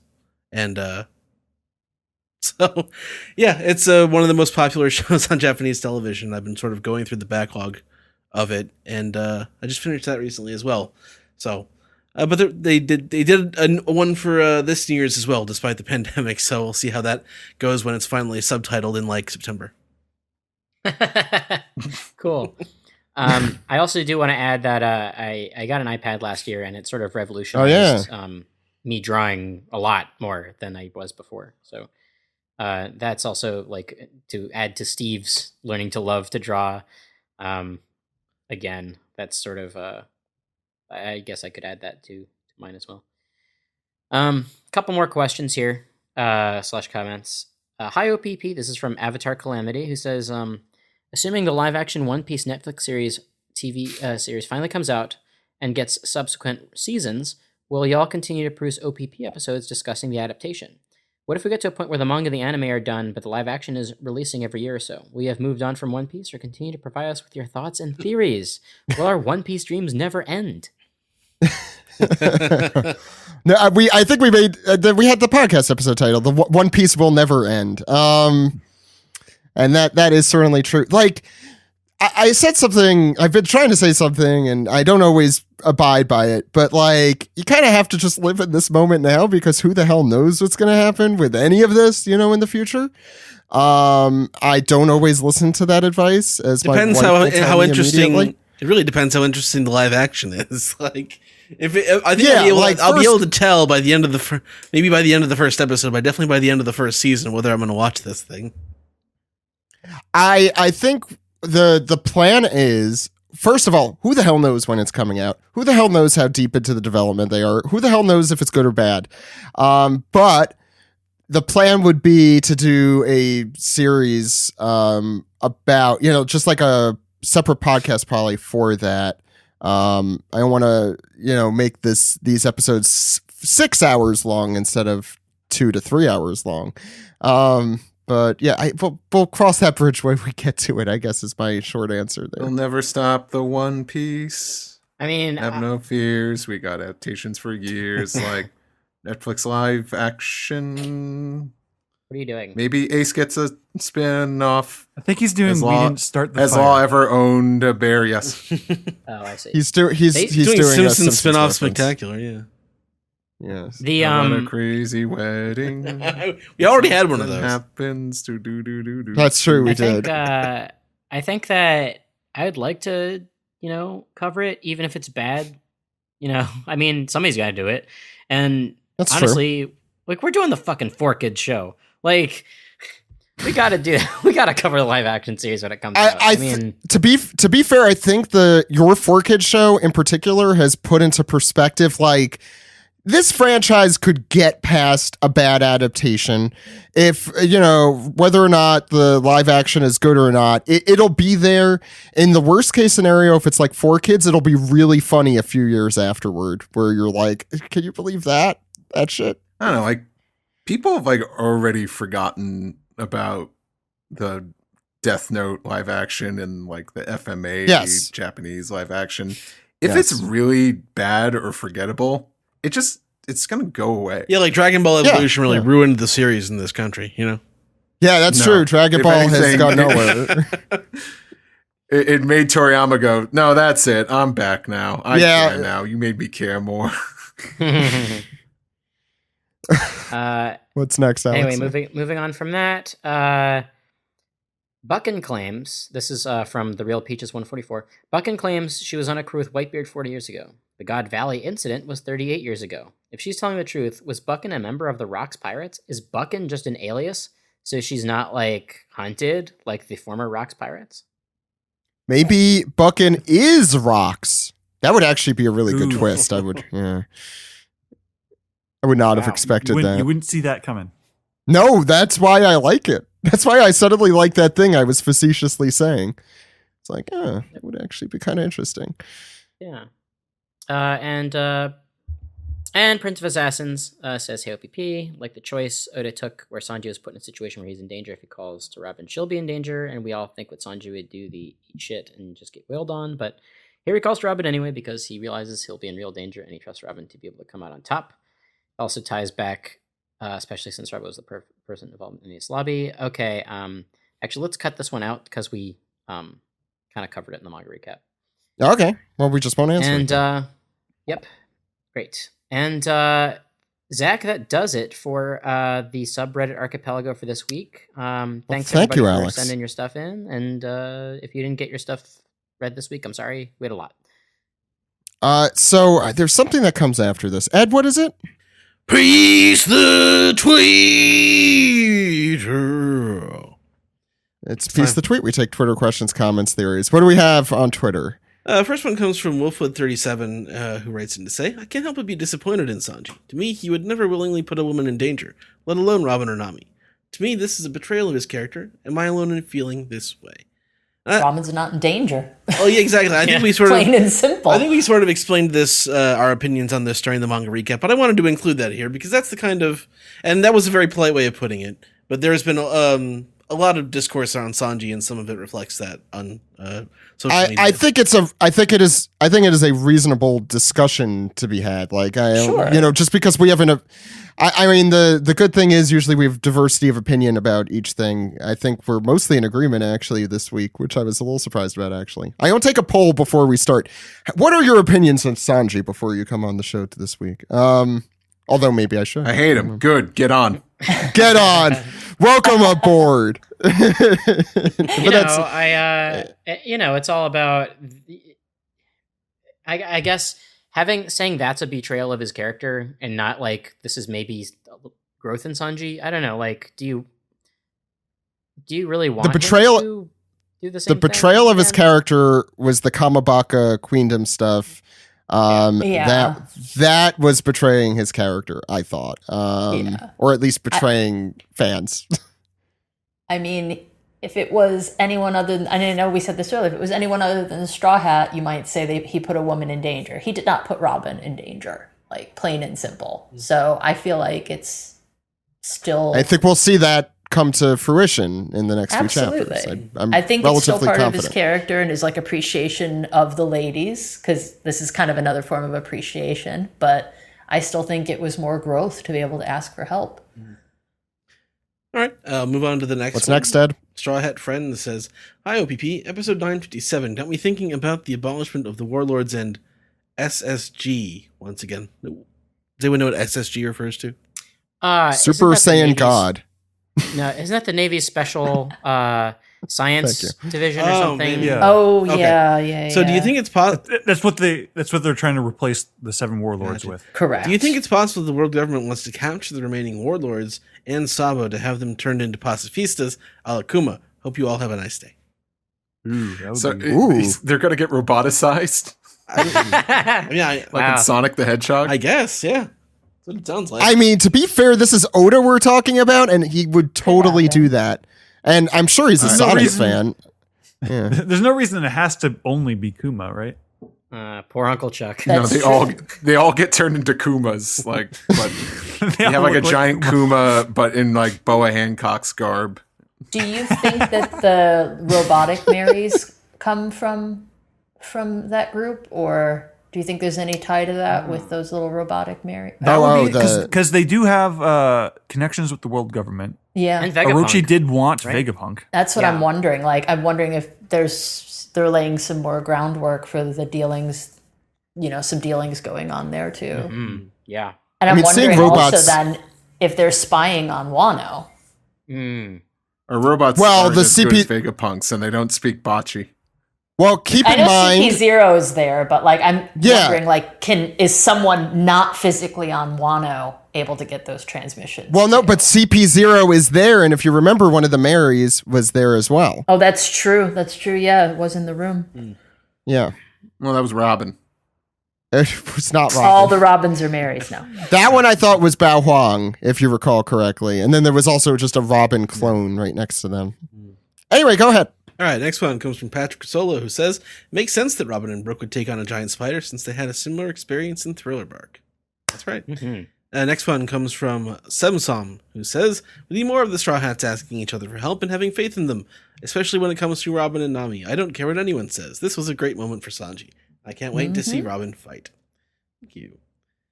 All right, next one comes from Animate Sam, who says, "If the future when the OPP has a traveling One Piece theme carnival. So if the podcast had a traveling One Piece theme carnival, what would be everyone's no if there. game stands and why?" Well, I would have a ring toss game.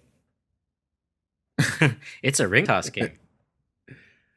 Ed, I don't know, Ed. I'd kind of prefer looking for a Mr. Bribe. Wink, wink. I'd want It the would be little like- duck pond, that little Yes, sad the consolation prize where everyone wins. no, something it's the crappy. Super Spot Build Duck Pond.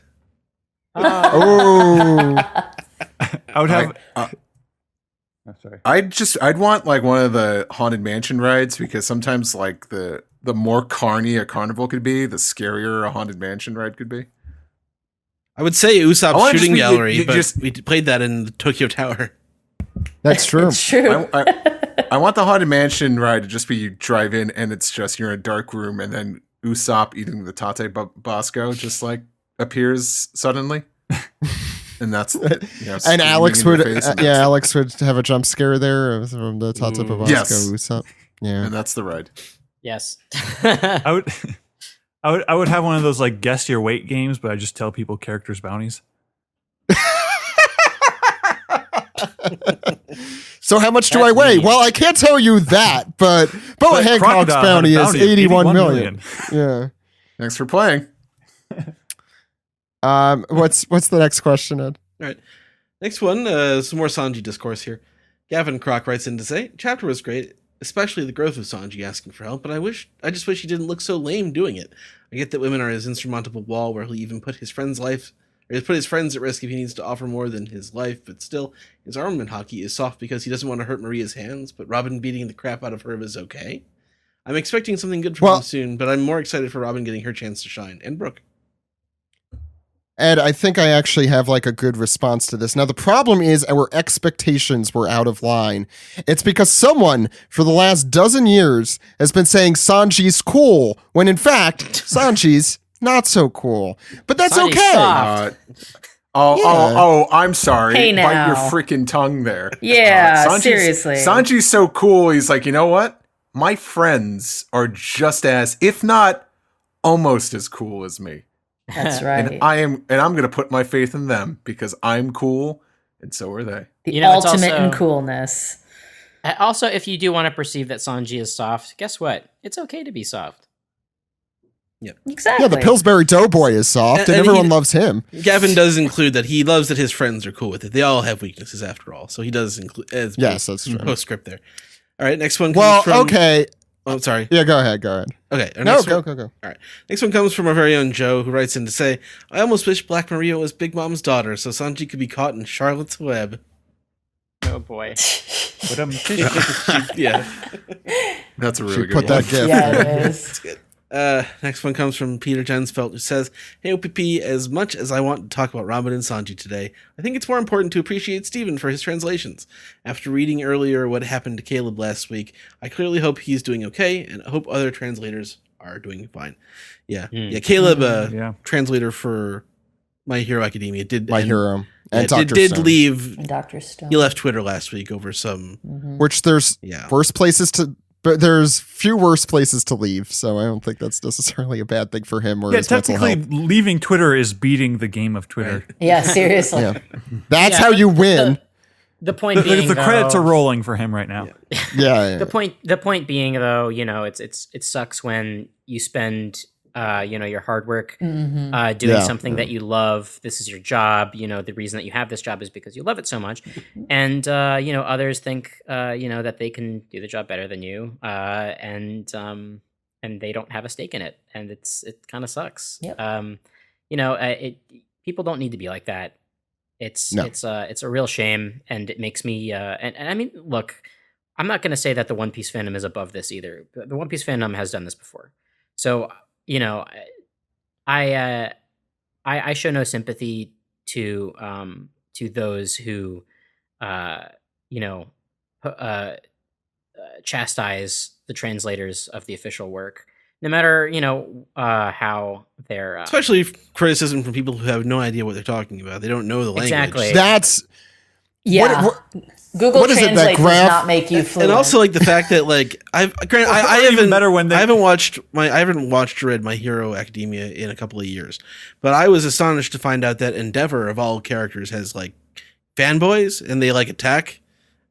I'm like, how could that be your favorite character? It's just not. It's let me say this too. I do want to mention really quick that it's completely okay to have a shitty character in a comic book because shitty people exist in real life. But it's also that's your favorite character that says something about you. One, Rick yes. Sanchez. Yeah. I was gonna say one, yes, and two. Sanji's cool, but also I don't know, like give women a chance. That's all I'm saying. Yeah, I don't know. Like it's trans rights, right? All right, let's move on to the next one. One thing I want to say about just translation as a whole, even though I'm not an expert on this, but like translating from Japanese to English is not as like easy peasy.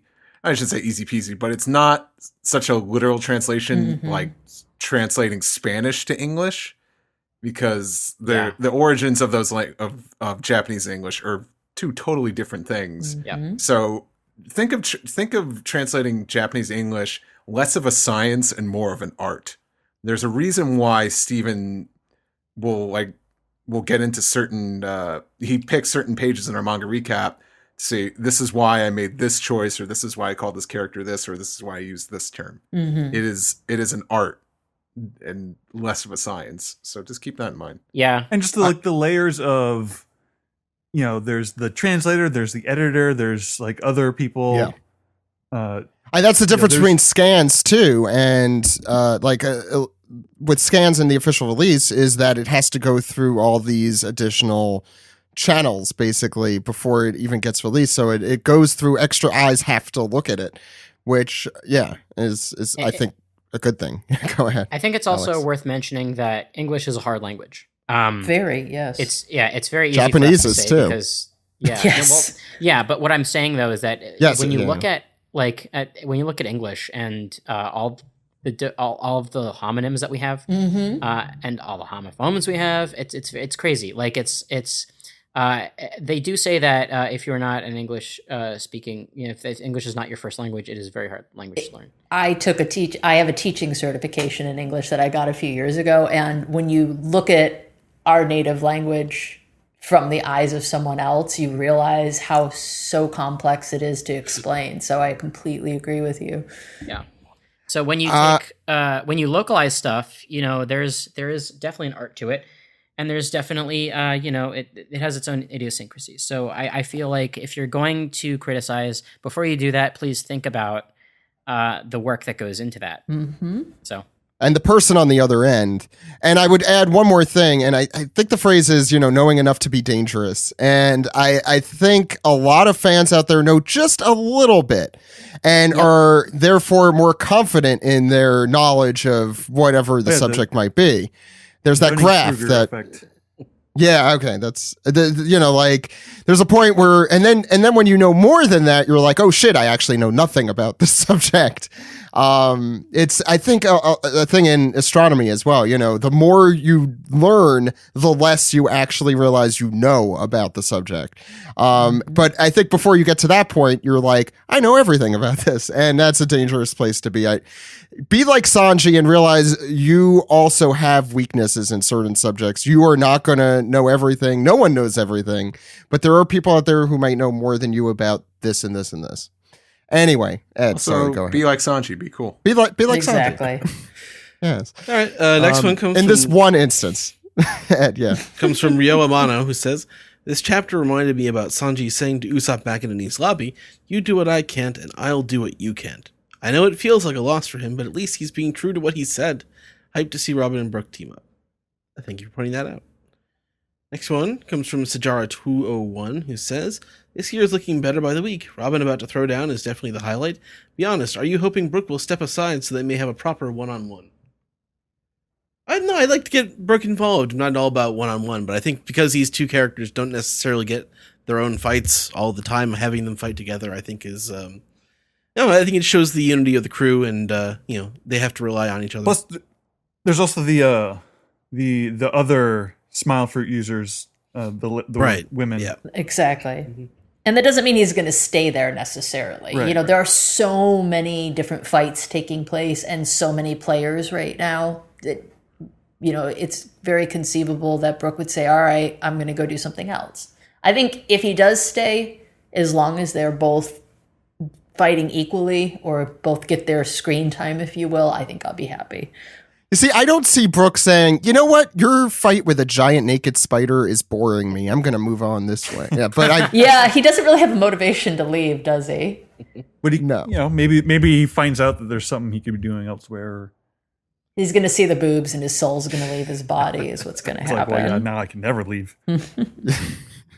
Or his body will move away and his soul will come out of his body and stay there the whole time. That's true. Yeah. You can stay here, but I'm leaving.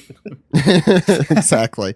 Ed, what's next? Pau Hultini says, do you know if Robin can make a gigantic clone of herself, or is it limited to her limbs? Because I'm still wondering about that huge sword we saw at the entrance of Onigashima. Oh my Ooh, that would be awesome. Do it! Smush that bug. I want Gigantamax Robin.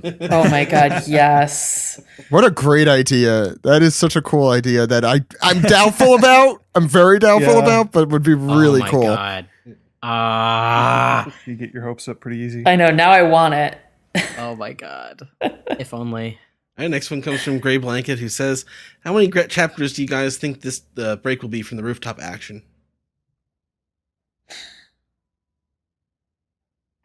I don't think we're getting back to the rooftop for a while. That's my opinion. That's like 5 chapters, but that's kind of the end. 2 months.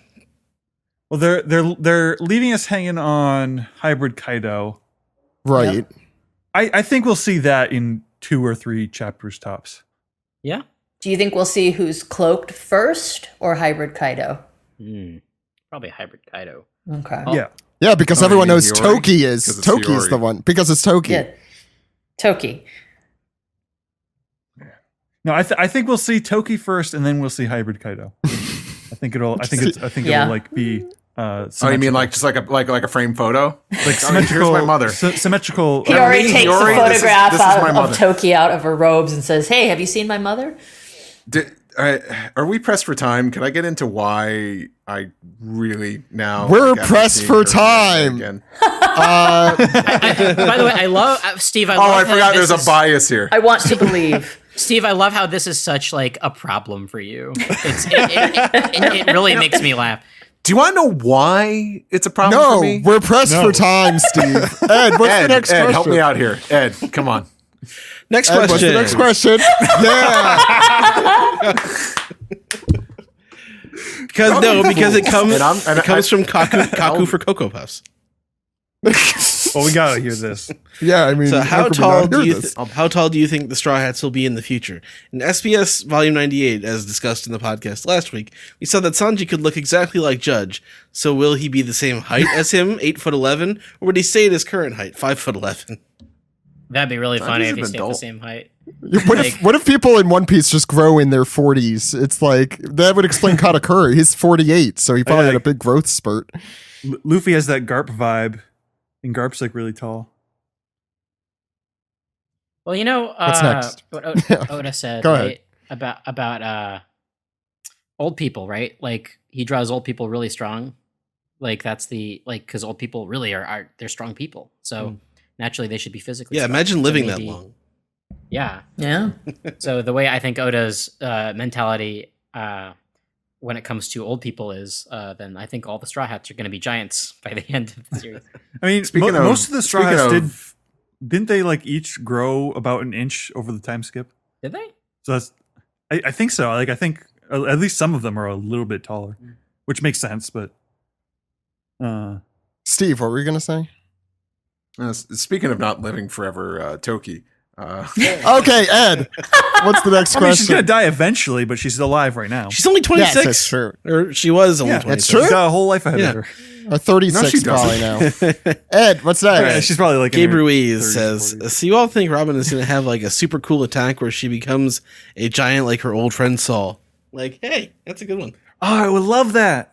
We've already had one of those questions earlier. So, all right. I love that. Next one comes from Usopp the Great, who says, I love the fact that we see Chopper with his little test tubes and experimentation set all set up in the middle of a fight. I think he needs I was thinking about that. portable gene sequencer to speed up his search for the cure-all. To this end, I have set up He a has this little GoFundMe. centrifuge. that. Yeah, there's a little centrifuge in the middle. He's like on a wooden barrel or like box with the beakers and the Bunsen burner, and he's like got his whole chemistry set up there. It's like I think they No found better like a place to do side this. room or something because there's not action going on in the. it would be really funny if people are just like exploding above them and like fighting. Yeah, that would be cool. Like if he had like another Straw Hat there who's just like fighting off goons while he like did his little test tubes and stuff. Yeah, I can't wait to see how they're going to animate this like entire arc, this like portion of the Wano arc, because like there's so much chaos going on. Like how they're gonna like when people are talking, they're like fighting. Like I just seeing how that's gonna play out is gonna be really interesting. I'm assuming. I mean, it feels like recently too, like on the animator side, they're taking a lot of that leeway and really running with it. So hopefully, yeah, I feel like they're knowing how the anime's been doing it. They're probably gonna stretch out a lot of those little squabbles, like even like things like with Sanji and King, like little things like that. Like I just imagine a lot of things will get more depth because there's just so much going on. It literally feels like one of those Dynasty Warriors games. Maybe he's been playing too much of it. I mean, you have Kyo in the background doing his life return thing, so like you could have a whole episode about that. That was actually what the last question was about here. Perfect. Yeah, what a great transition. Nefertari Salem says that you notice Kyogoro returning to his youthful appearance in the panel where he's fighting Apu, or Apu is fighting Drake. Is it a similar technique to how Lao Ji uses the life return? Yeah, we mentioned that earlier. Yeah, it's that seems to be the running theory. All right. Any other thoughts from anyone except Steve? Awesome. Let's move to the next segment.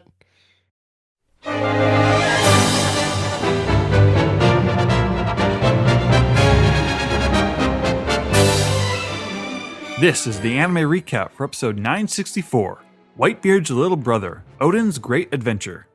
I'm your host Sam, and today with me we have, joining us once again, we have Ed. Yeah, thank you, Sam. And joining us today, we have Steve Yurko. There you go. And joining us today, very special guest, Zach Logan. Thank you. You get to be the special guest for once. Oh, wow.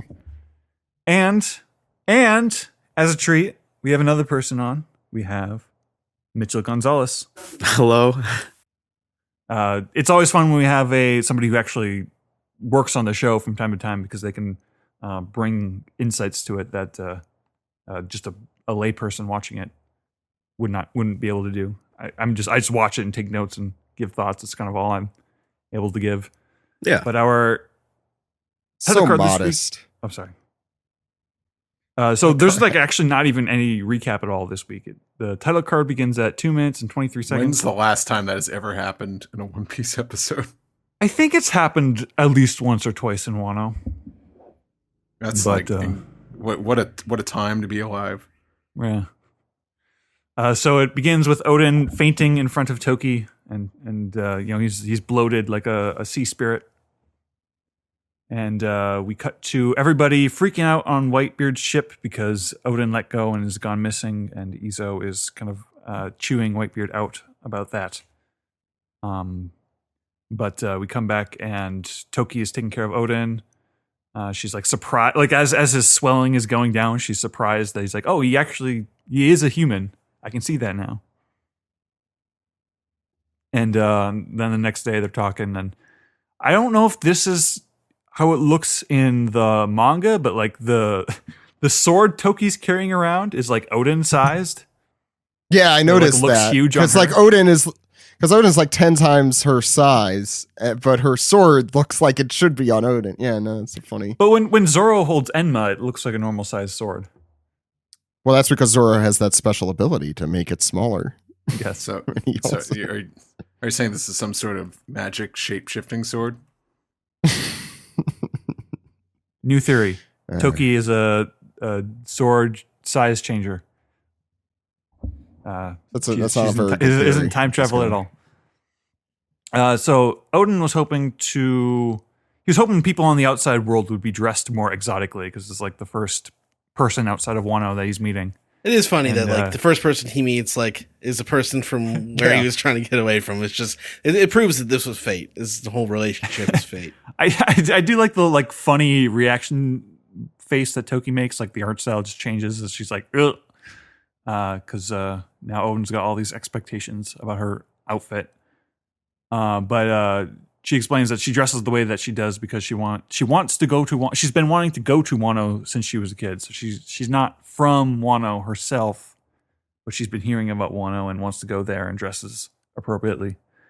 And Odin, like, he kind of starts to sweat. The camera's kind of like jumping around, and before it eventually lands on the face, the grossed out Odin face. It takes a lot of face muscles to make that face. Is what we're learning. Karma, the captain of the Cephaloctopus pirates. I had to double check. I got saying that 5 times fast. Cephaloctopus. No.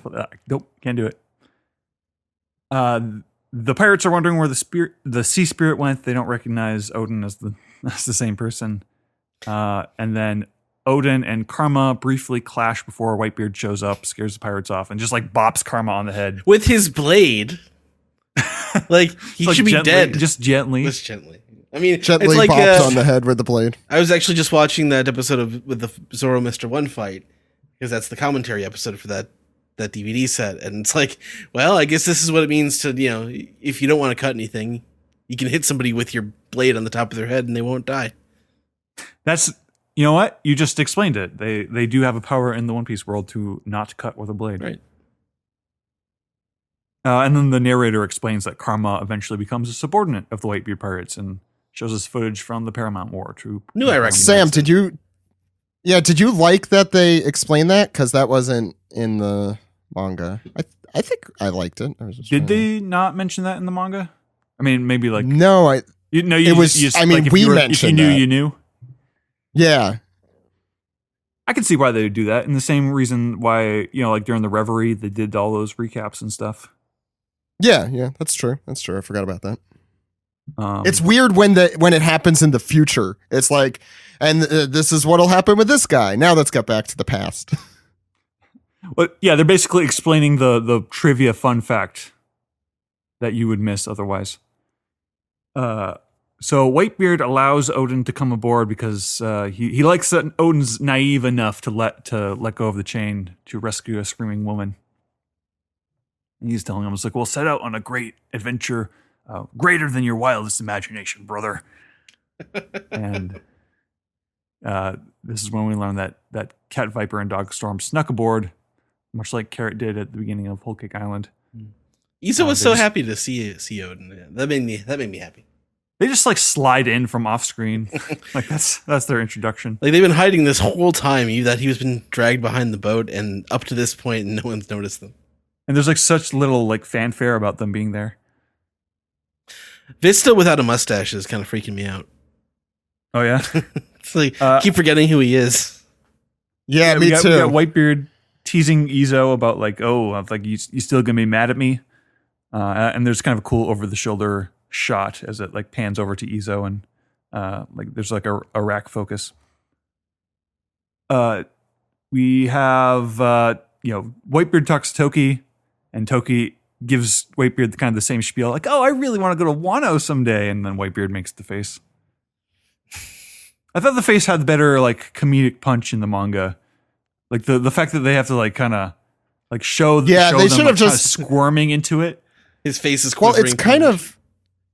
It's kind of funny because I feel like this is the one chance they could have really like skimped on budget and it would have worked better. Like I think the less movement involved would have actually given it a little more punch. He just cuts like, oh, that place.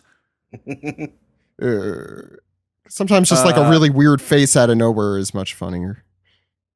We have the Wano member, the 104, kind of looking out at the sea and getting ready for adventure. And then we come to the eye catch, which is the first of the two eye catches is Luffy setting sail at the beginning of the series, and Odin on Whitebeard's ship in the story we're seeing right now.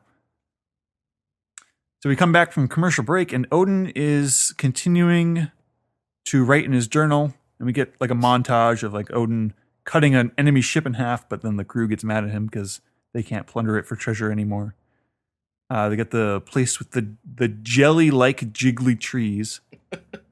He just runs in for all of these. It's great. Like Jelly Jiggler and Bobobo. Odin gets frozen in ice. Odin gets set on fire because he steps inside of a burning desert. That one I legitimately laughed at. I thought that was very funny. Had to put him out with a fire hose. We got some piranha plants from Mario. They're like jelly. Odin trying to catch the jelly. Odin trying to catch the koala for Toki, and Toki's got the hard eyes. I like that. That's a carnival prize. Yeah, that is exactly a carnival what it prize. is, yeah. There you go. Whitebeard fights a giant, and Odin just kind of recaps his general world, his view on this whole adventure. Like, oh my god, everything is so amazing, cool, and I'm such a tiny piece of the world. This is exactly what I wanted. We get some exposition where Toki says she is 26, but born 800 years ago. As one Toki's is. Toki's parents were from Wano, and Odin apologizes for taking a while to get her back to Wano where she's trying to get to, but Toki's like, I like being around you. I don't mind. And if we could just say like Josie what, 800 years ago, that's what, 100 years before the Void Century began? The Void Century ended 800 years ago and started 900 years ago, okay. I think. So she was probably born She's from the Void slightly Century. before the world government was created. Mm. I'm guessing. That's true. We do know that happens right after the Void Century. Mm-hmm.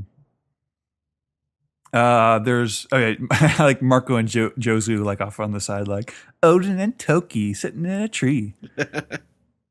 And they're just trying to keep... I don't know what happens after that. Yeah. Well, what happens is babies come. Second year in Odin's journey, Momonosuke is born. Everyone's trying to suggest names, like food names. I like how like Odin is just like the antithesis of like the Whitebeard pirates. He's like, he's like way too rambunctious and self-serving. Wouldn't mesh well with my crew. Well, I'll bring him on anyway. It's like, now he's dating. Now he has a kid. Cat Viper has just now discovered newspapers. It's 2 years in.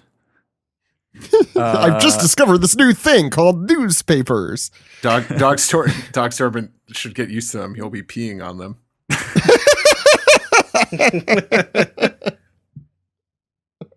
Back to Wano, we have Kozuki Sukiyaki is sick, and he's probably going to die soon. But he's like very badly pretending to be sick. He's like, ugh, cough, cough, ugh. I really want Odin to be Shogun, but he's not here. I guess we'll have to set up a proxy. Orochi was like a little brother to Odin, and therefore he will be the proxy Shogun until Odin returns. I love Hiyori's super suspicious. This doesn't make sense. I think it was. You mean Yasue? Oh yeah, what did I say? Orochi? I don't know what I said. You said Hiyori. Yeah, you said Hiyori because you guys love that character so much. it's true. I was thinking of Hio, and then a lot happened there. Yeah, I know. I like the Yasue. There's Hiyori and at him. Hyogoro. And Yasu, who's sometimes called Yasu EA. Anyway, Odin is being promoted to second division leader, even though he's not really leader material, or he's allergic to authority. He doesn't want to be in charge of anyone. He doesn't want anyone to be in charge of him, really. But baby Blackbeard appears. It's like crawling under Whitebeard's legs, like, please bring me along. And Whitebeard's like, all right, what's the worst that could happen? Well, he's not Blackbeard yet. He's Baby Beard. I said baby Blackbeard. I like Baby Beard. I agree. I agree with Steve here. I think he's right. Odin's running away like an excited child on a new island. He's just to put a pin in the theme of this episode, which is Odin just can't get enough of just adventure and checking out new places. Odin is Luffy. We get it. He's Luffy. There's kind of but that happened in like just after Blackbeard gets introduced. Kind of leaves an ominous kind of vibe to it. And then to cap the episode off, we have Baby Shanks and Baby Buggy reading a newspaper, reading about the great Kozuki Odin, and then Roger takes the newspaper from them. It's title card, Gold Roger, a great pirate, and he's excited to meet this samurai from Wano. Gold Roger, some guy. Because they can't call him the king of the pirates yet. They can't call him. Like, he's not an emperor. He's not a king. He's not nothing. He's just a pirate who is great. Who everyone likes and thinks is cool. Yeah. General thoughts on this episode, you guys? I've been enjoying it. I've been enjoying it quite a bit, actually. It's going at this leisurely pace. I love sort of Whitebeard's leadership style. I think it does really well for Odin. And I really enjoyed that in the manga as well. And I think the anime has really given it room to breathe. And I've been enjoying it, so I don't mind the sort of anime pace that it goes at. It's definitely a regular episode. Definitely a lot of just mainly exposition on Odin and creating parallels pretty much between him and Luffy and his deep sense of adventure, but also establishing his relationship with other characters, especially Toki. That's stuff that we needed to see. There wasn't really a need for anything production wise, anything special. It was just, I will say, the compositing on the scene when him and his four, I forget what they're called, the people that are part of the nine, his Yakuza, yeah, the four of them just looking out into the sunset. That looked really pretty. Yeah, I was like, when there's a sunset in anime. It was good. I like Odin, so I feel like it was a good episode. Nothing. It was basically what I expected it to be. I feel like the pacing's actually, I thought it was going to be less content, but they actually kind of went through a lot of things in this episode with Odin. I really like the way they added in the islands. It really shows Odin's personality. I really enjoyed that. Mm-hmm. Yeah, I marathoned this whole flashback up through this point, which I know we still have a little ways to go. And I've really been enjoying it. I think the team has been doing a really phenomenal job at this flashback. I think they're really doing it justice and realizing that it's a very crucial flashback for the series. I'll say I said before, they really hammered home Odin is just Luffy, because he has I just want to go do the thing I want to do, and that's kind of Luffy's shtick as well. I liked the stuff with Toki was all fun. The stuff with the crew was all fun.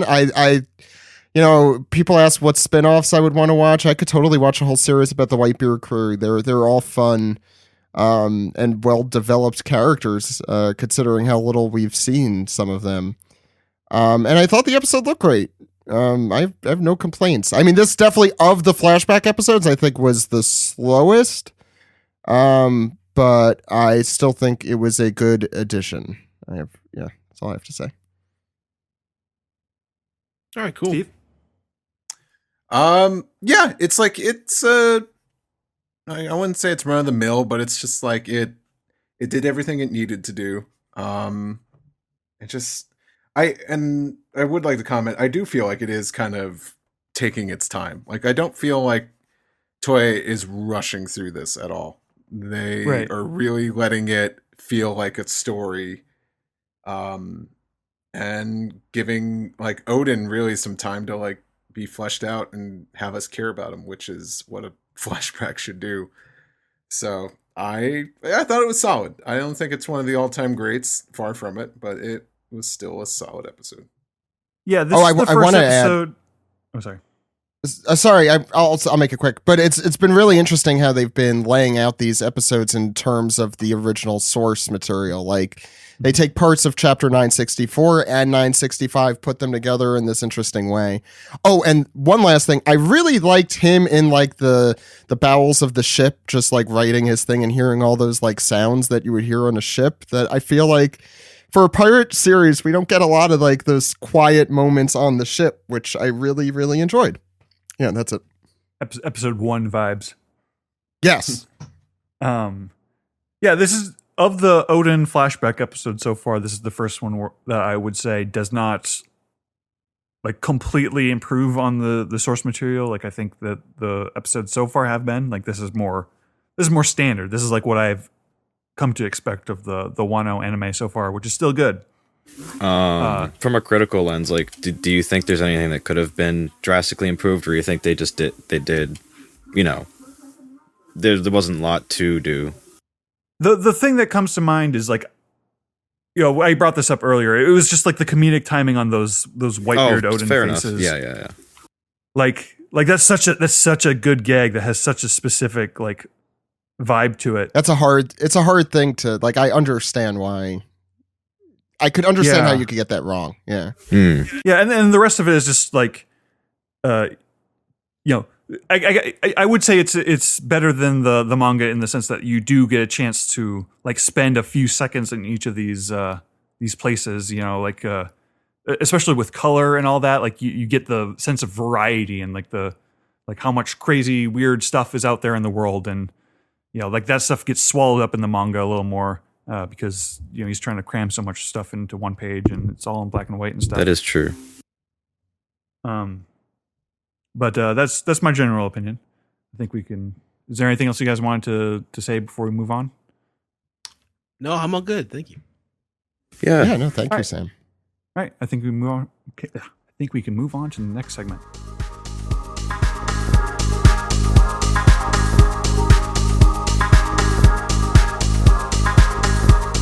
Episode 661 of the One Piece podcast for February 28th. Thank you all so much for coming on the show. Just as a little bit of a reminder and preview for the coming weeks, we have Fight Together will be returning this spring with some really awesome guests and episodes, so look forward to that. I think we'll probably have the first episode out probably in April. I'm gonna try for that. We'll see. But there's also a lot of good guests coming down the pike here on the One Piece podcast. So please keep listening. And next week there's a new chapter too, so that's pretty great. We had Mitch this week. We have Alec Robbins of Mr. Boop fame next week, along with Abby Denton. We have Donnie coming on March 14th, and Carol Grant, who is a writer, both of which were on our transgender representation episode of Fight Together, so that's going to be a lot of fun, and a lot more coming ahead for you. Let's just go around the horn, and then we'll do some trivia. So, Mitch, where could people find you and find your work? You can find me on Twitter at Mitch J. Gonzalez with an S at the end, because a lot of people are like, why have an S at the end? It used to be a Z, but now it's an S. It's Mitch J. Gonzalez at Twitter or Instagram, and you can find me there. Cool. Thank you, Mitch. Always a pleasure to have you on too. Thanks for having me. Hope you enjoyed the full show. I did enjoy. It was nice talking about the manga with you. Good. Kelly, where can people find you? You can find me on social media at Karuri on Instagram and Twitter. Thank you, Kelly. Alex, where can people find you? Find me at wow. How do you spell that? How do you spell that, Alex? A lot of T's and H's and B's. Congrats on being the new Tasmanian Devil. Yeah, thank you. Thank you very much. Watch Looney Tunes on HBO Max. I'm at Dude Exclamation on Twitter, of course, as always. Please listen to Toho Yaro, the Japanese Film Club podcast that I do with Joey and V. Please also listen to the Fight Together episode in which Toho Yaro crosses over with One Piece podcast. Yes, another cheap cartoon crossover, but it is coming. Finally, someone made that reference. Yeah, it's gonna be great. At Weeb Simpsons is my shitpost account.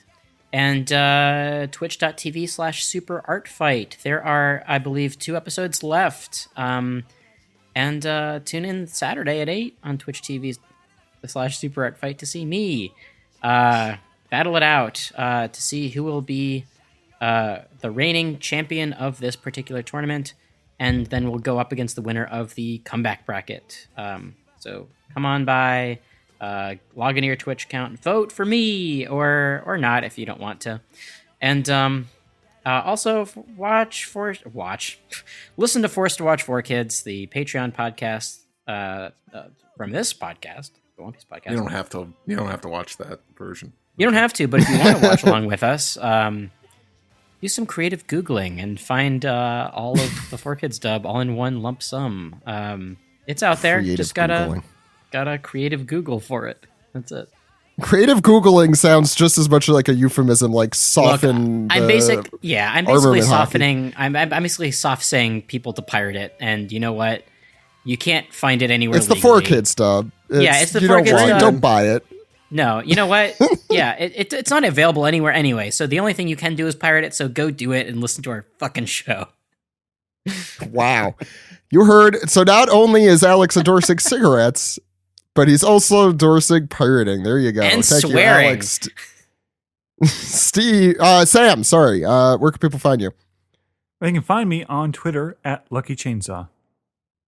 Steve, where can people find you?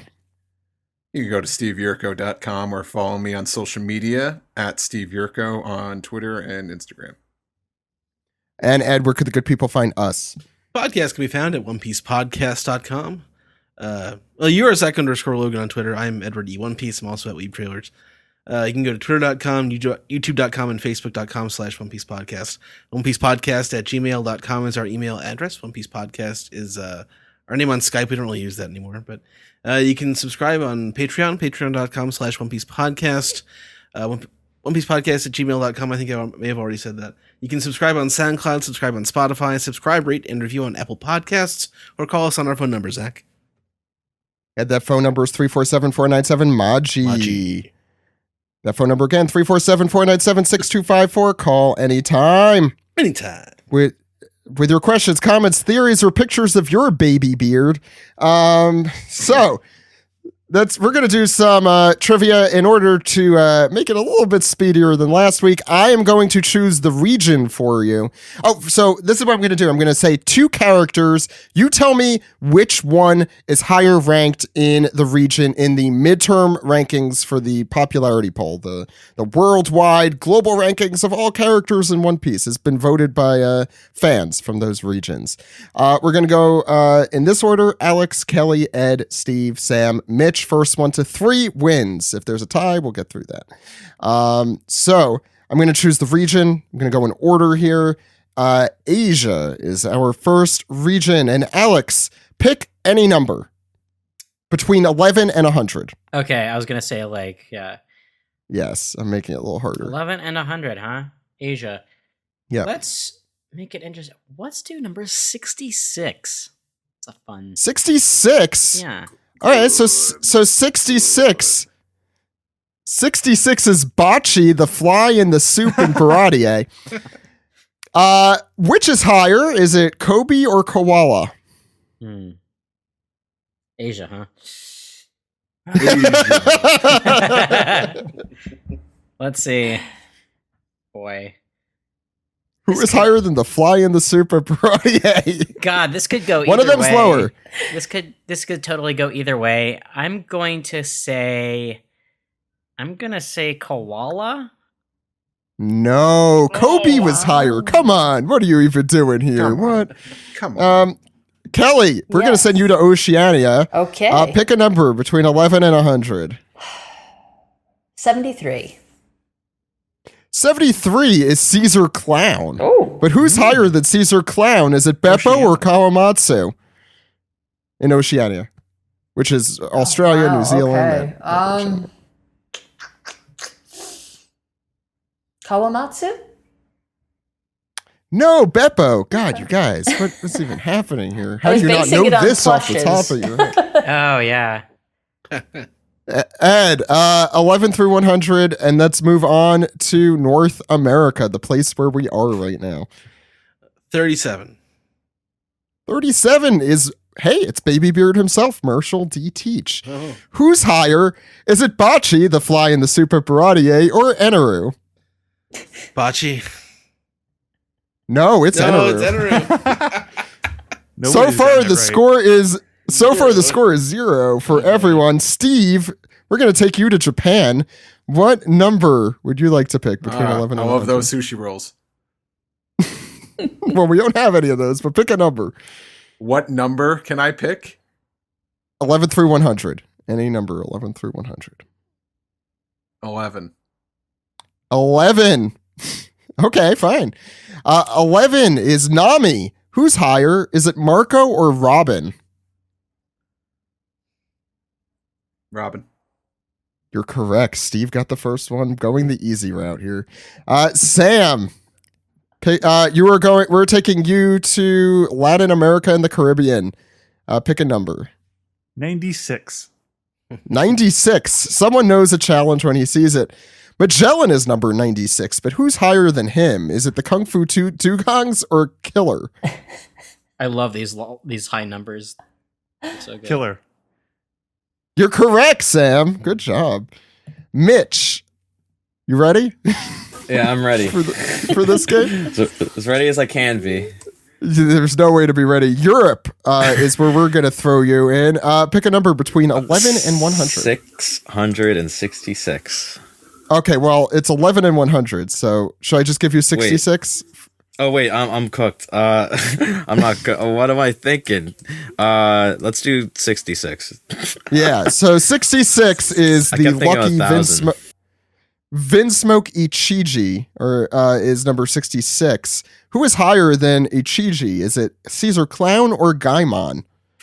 Oh, Caesar Clown. The man in a box. No, it's Gaimon. What? People love Gaimon. Doesn't make sense.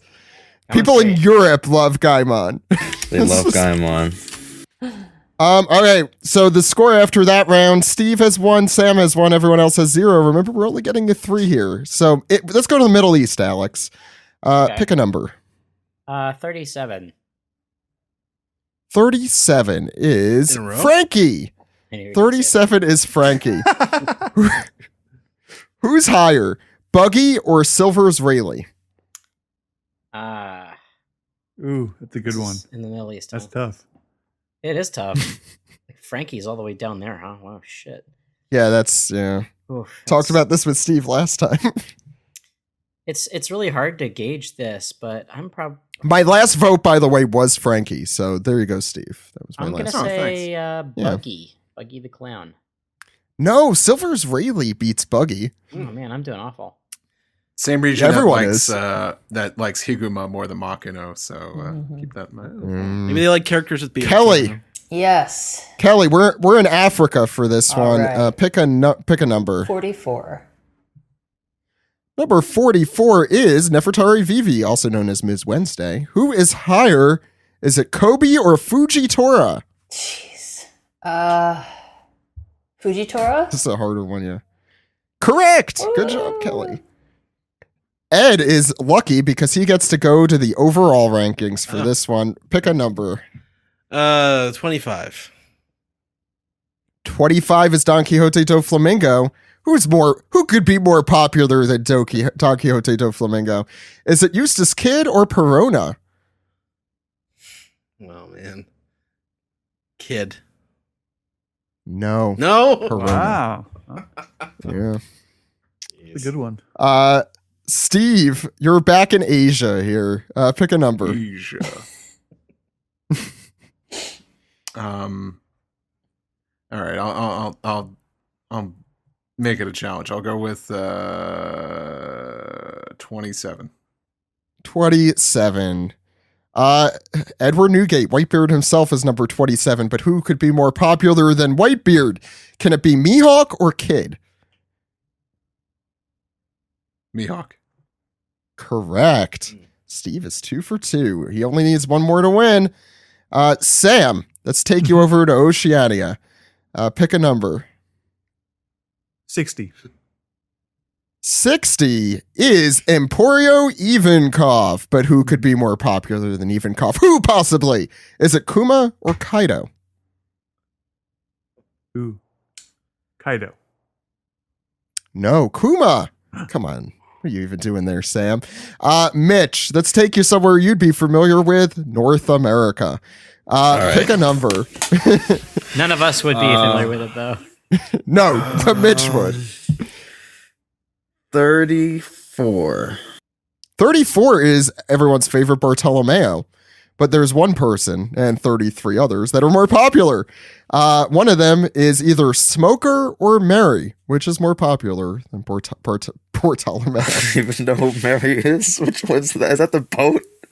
No, yeah, the boat, wait, Going no. Merry. The Going Merry Wait, boat. really? Yes. It's a Yes. character. Is a character. God.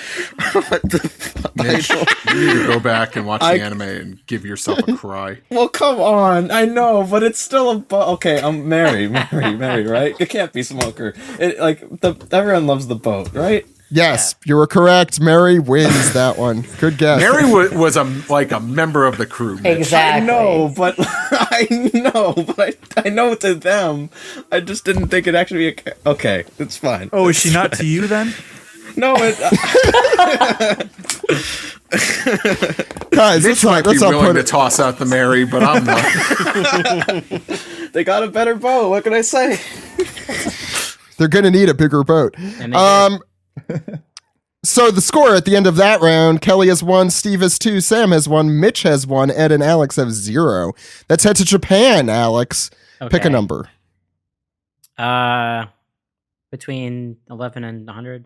11 and 100. Fine. I'm gonna do 12. I'm gonna go the Steve route and go like easy. Someone's butthurt. I am. I'll admit that. Alex, number 12 is Marco. Is Crocodile or Nami higher? Nami. Correct. Alex has Yeah. a point on the board. Yeah, I just gotta go Kelly. towards the top 10, and I think I got this. Well, also, that was the same one that Steve did 11 for, so he yeah. actually gave you the answer for that one. Oh, I wasn't Kelly. listening. Yes. I have figured. Latin America and the Caribbean, pick a number. 84. You see, the lower ones are also much funnier. For example, number 84 is Kiros, parenthetical one-legged soldier. Which is higher? Is it Cat Viper / Nekomamushi or Monkey D Dragon? Which is higher? Dragon? Correct. Kelly has 2. Ed, it is your turn. Okay. And the area is Europe. Go ahead. Oh boy. 50. 50 is Kobe. But who is more popular? Is it Big News Morgans or Kaido? Morgans. No, it's Kaido. Damn it. Ed is still the only one who does not have a point. Steve, if you get this, People you are win fickle. the game. And we're in the Middle East here. 11 through 100. Okay. Let me go with 75. 75 for the game. If he gets this, it's over. Number 75 is Otama, the little child in Wano. Who could be more popular than this precious little child? Is it Caesar Clown or Kinemon?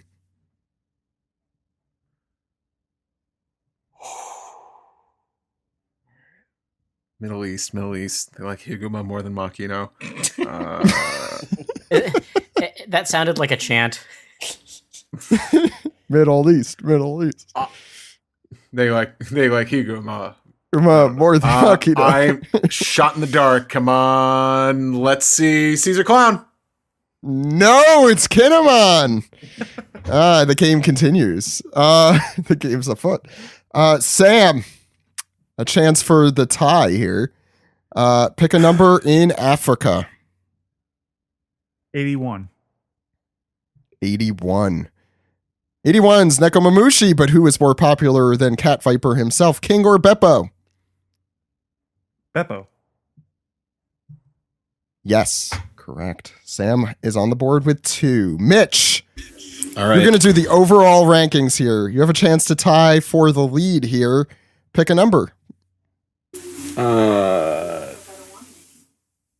89. 89 is Shushu the dog. So who's higher than Shushu? Is it Denjiro or Kyoshiro? Or is it Gadatsu, the guy who can't cross his arms correctly? Bro, I should have just picked a lower number. I don't even remember who these people are. All right, I'm going to go with the second one. The guy who can't cross his arms properly. No, it's Kyoshiro, the one with the fake pompadour hat. Okay. So in this round, the only people who have a chance are Kelly, Steve, and Sam. So we'll do lightning round finals here. Alex had 1 point, Mitch had 1 point, Ed has 0, and he's going to stay that way. Kelly. Yes. Sorry, Ed. Kelly, pick a number between, we're in Asia now, 11 and 100. 93. Jesus Christ, 93 is Gaimon. Okay. But who could possibly be higher than our boy Gaimon? Can it be Higuma? Or can it be Ryunosuke? Which one's Higuma again? The dragon that... Higuma is the bandit from... of course you know Ryunosuke, the drawing that Conjuro made in Zo. But Higuma is the bandit who messes up the bar in Romance. Not to be confused with Hikama. Yes. I'm going to go with Ryunosuke. Correct. Woo! Kelly has 3. Now Steve and Sam could still tie, so I have to give them a chance. Oceania, Steve, pick a number.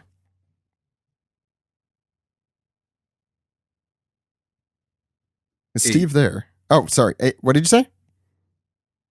8. You can't. 11 through 100. Oh, sorry. Did I say? Oh, God. I'm thinking. Let's go with, what did I say there? Hell.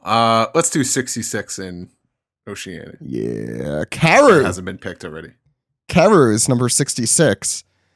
Who's higher, Karu? Pudding or The duck? Karu, the duck. Yeah. Who's higher, Baby 5 or Pudding? Wow. Pudding. Correct. Steve also has 3, and I'm going to do a special final round tiebreaker for this next one. Sam, you are in North America. Pick a number. 47. 47 is Izo. Who's higher? Is it the King of the Pirates, Gold Roger, or Charlotte Pudding? Oh. That's got to be Roger, right? It is. So, let's do our final round. I am going to have, Ed, can you pick 3 numbers for me? Okay, like just tell you right now. 3 random numbers between 11 and 100. Okay, let's go with 87, 51, and 39. Okay, 87, 51, and 39. Got it? You have to pick, I'm going to give you a choice of 2, which will be 1 and 1 of the bordering ones. You have to tell me the correct choice. Kelly, Yes. you're going to get number 87, Okay. since that's what I chose for you. Is 87 is one of these? Is it Panda Man or Vista? Wait, which category is this from? Overall or? Overall, they're all going to be overall. Vista. Correct. Steve, you got 51. Got it? So which is This is correct? Overall. Which is number 51? Is it Komodosaki or Hiyori, who you can't stop talking about for some reason? Are they separate Or- entries? No, I'm talking about Toki. Or is it Pudding? At 51, A 51. Pudding. Correct. Uh-oh. Sam, pick number 39 is either Garp or Lucci. So this is a Which pure one is 50-50 39? shot because I don't know if the neighboring It is a one is 50-50 earlier. shot. Nope. So it's Garp I'm or just who? asking you which is 39. Garp or Lucci? Garp or Lucci? Lucci. No. Garp. Oh. So Steve and Kelly are last in. Ed, give me 2 numbers. Okay, 26 and 63. Okay, Kelly, you get number 26. Okay. 26 is either Kid or Whoop Slap. Whoop slap. No. Steve, it was Kid. Whoop Slap's 27. Steve, you get 63. It's either Izo or Dr. Hiroluke.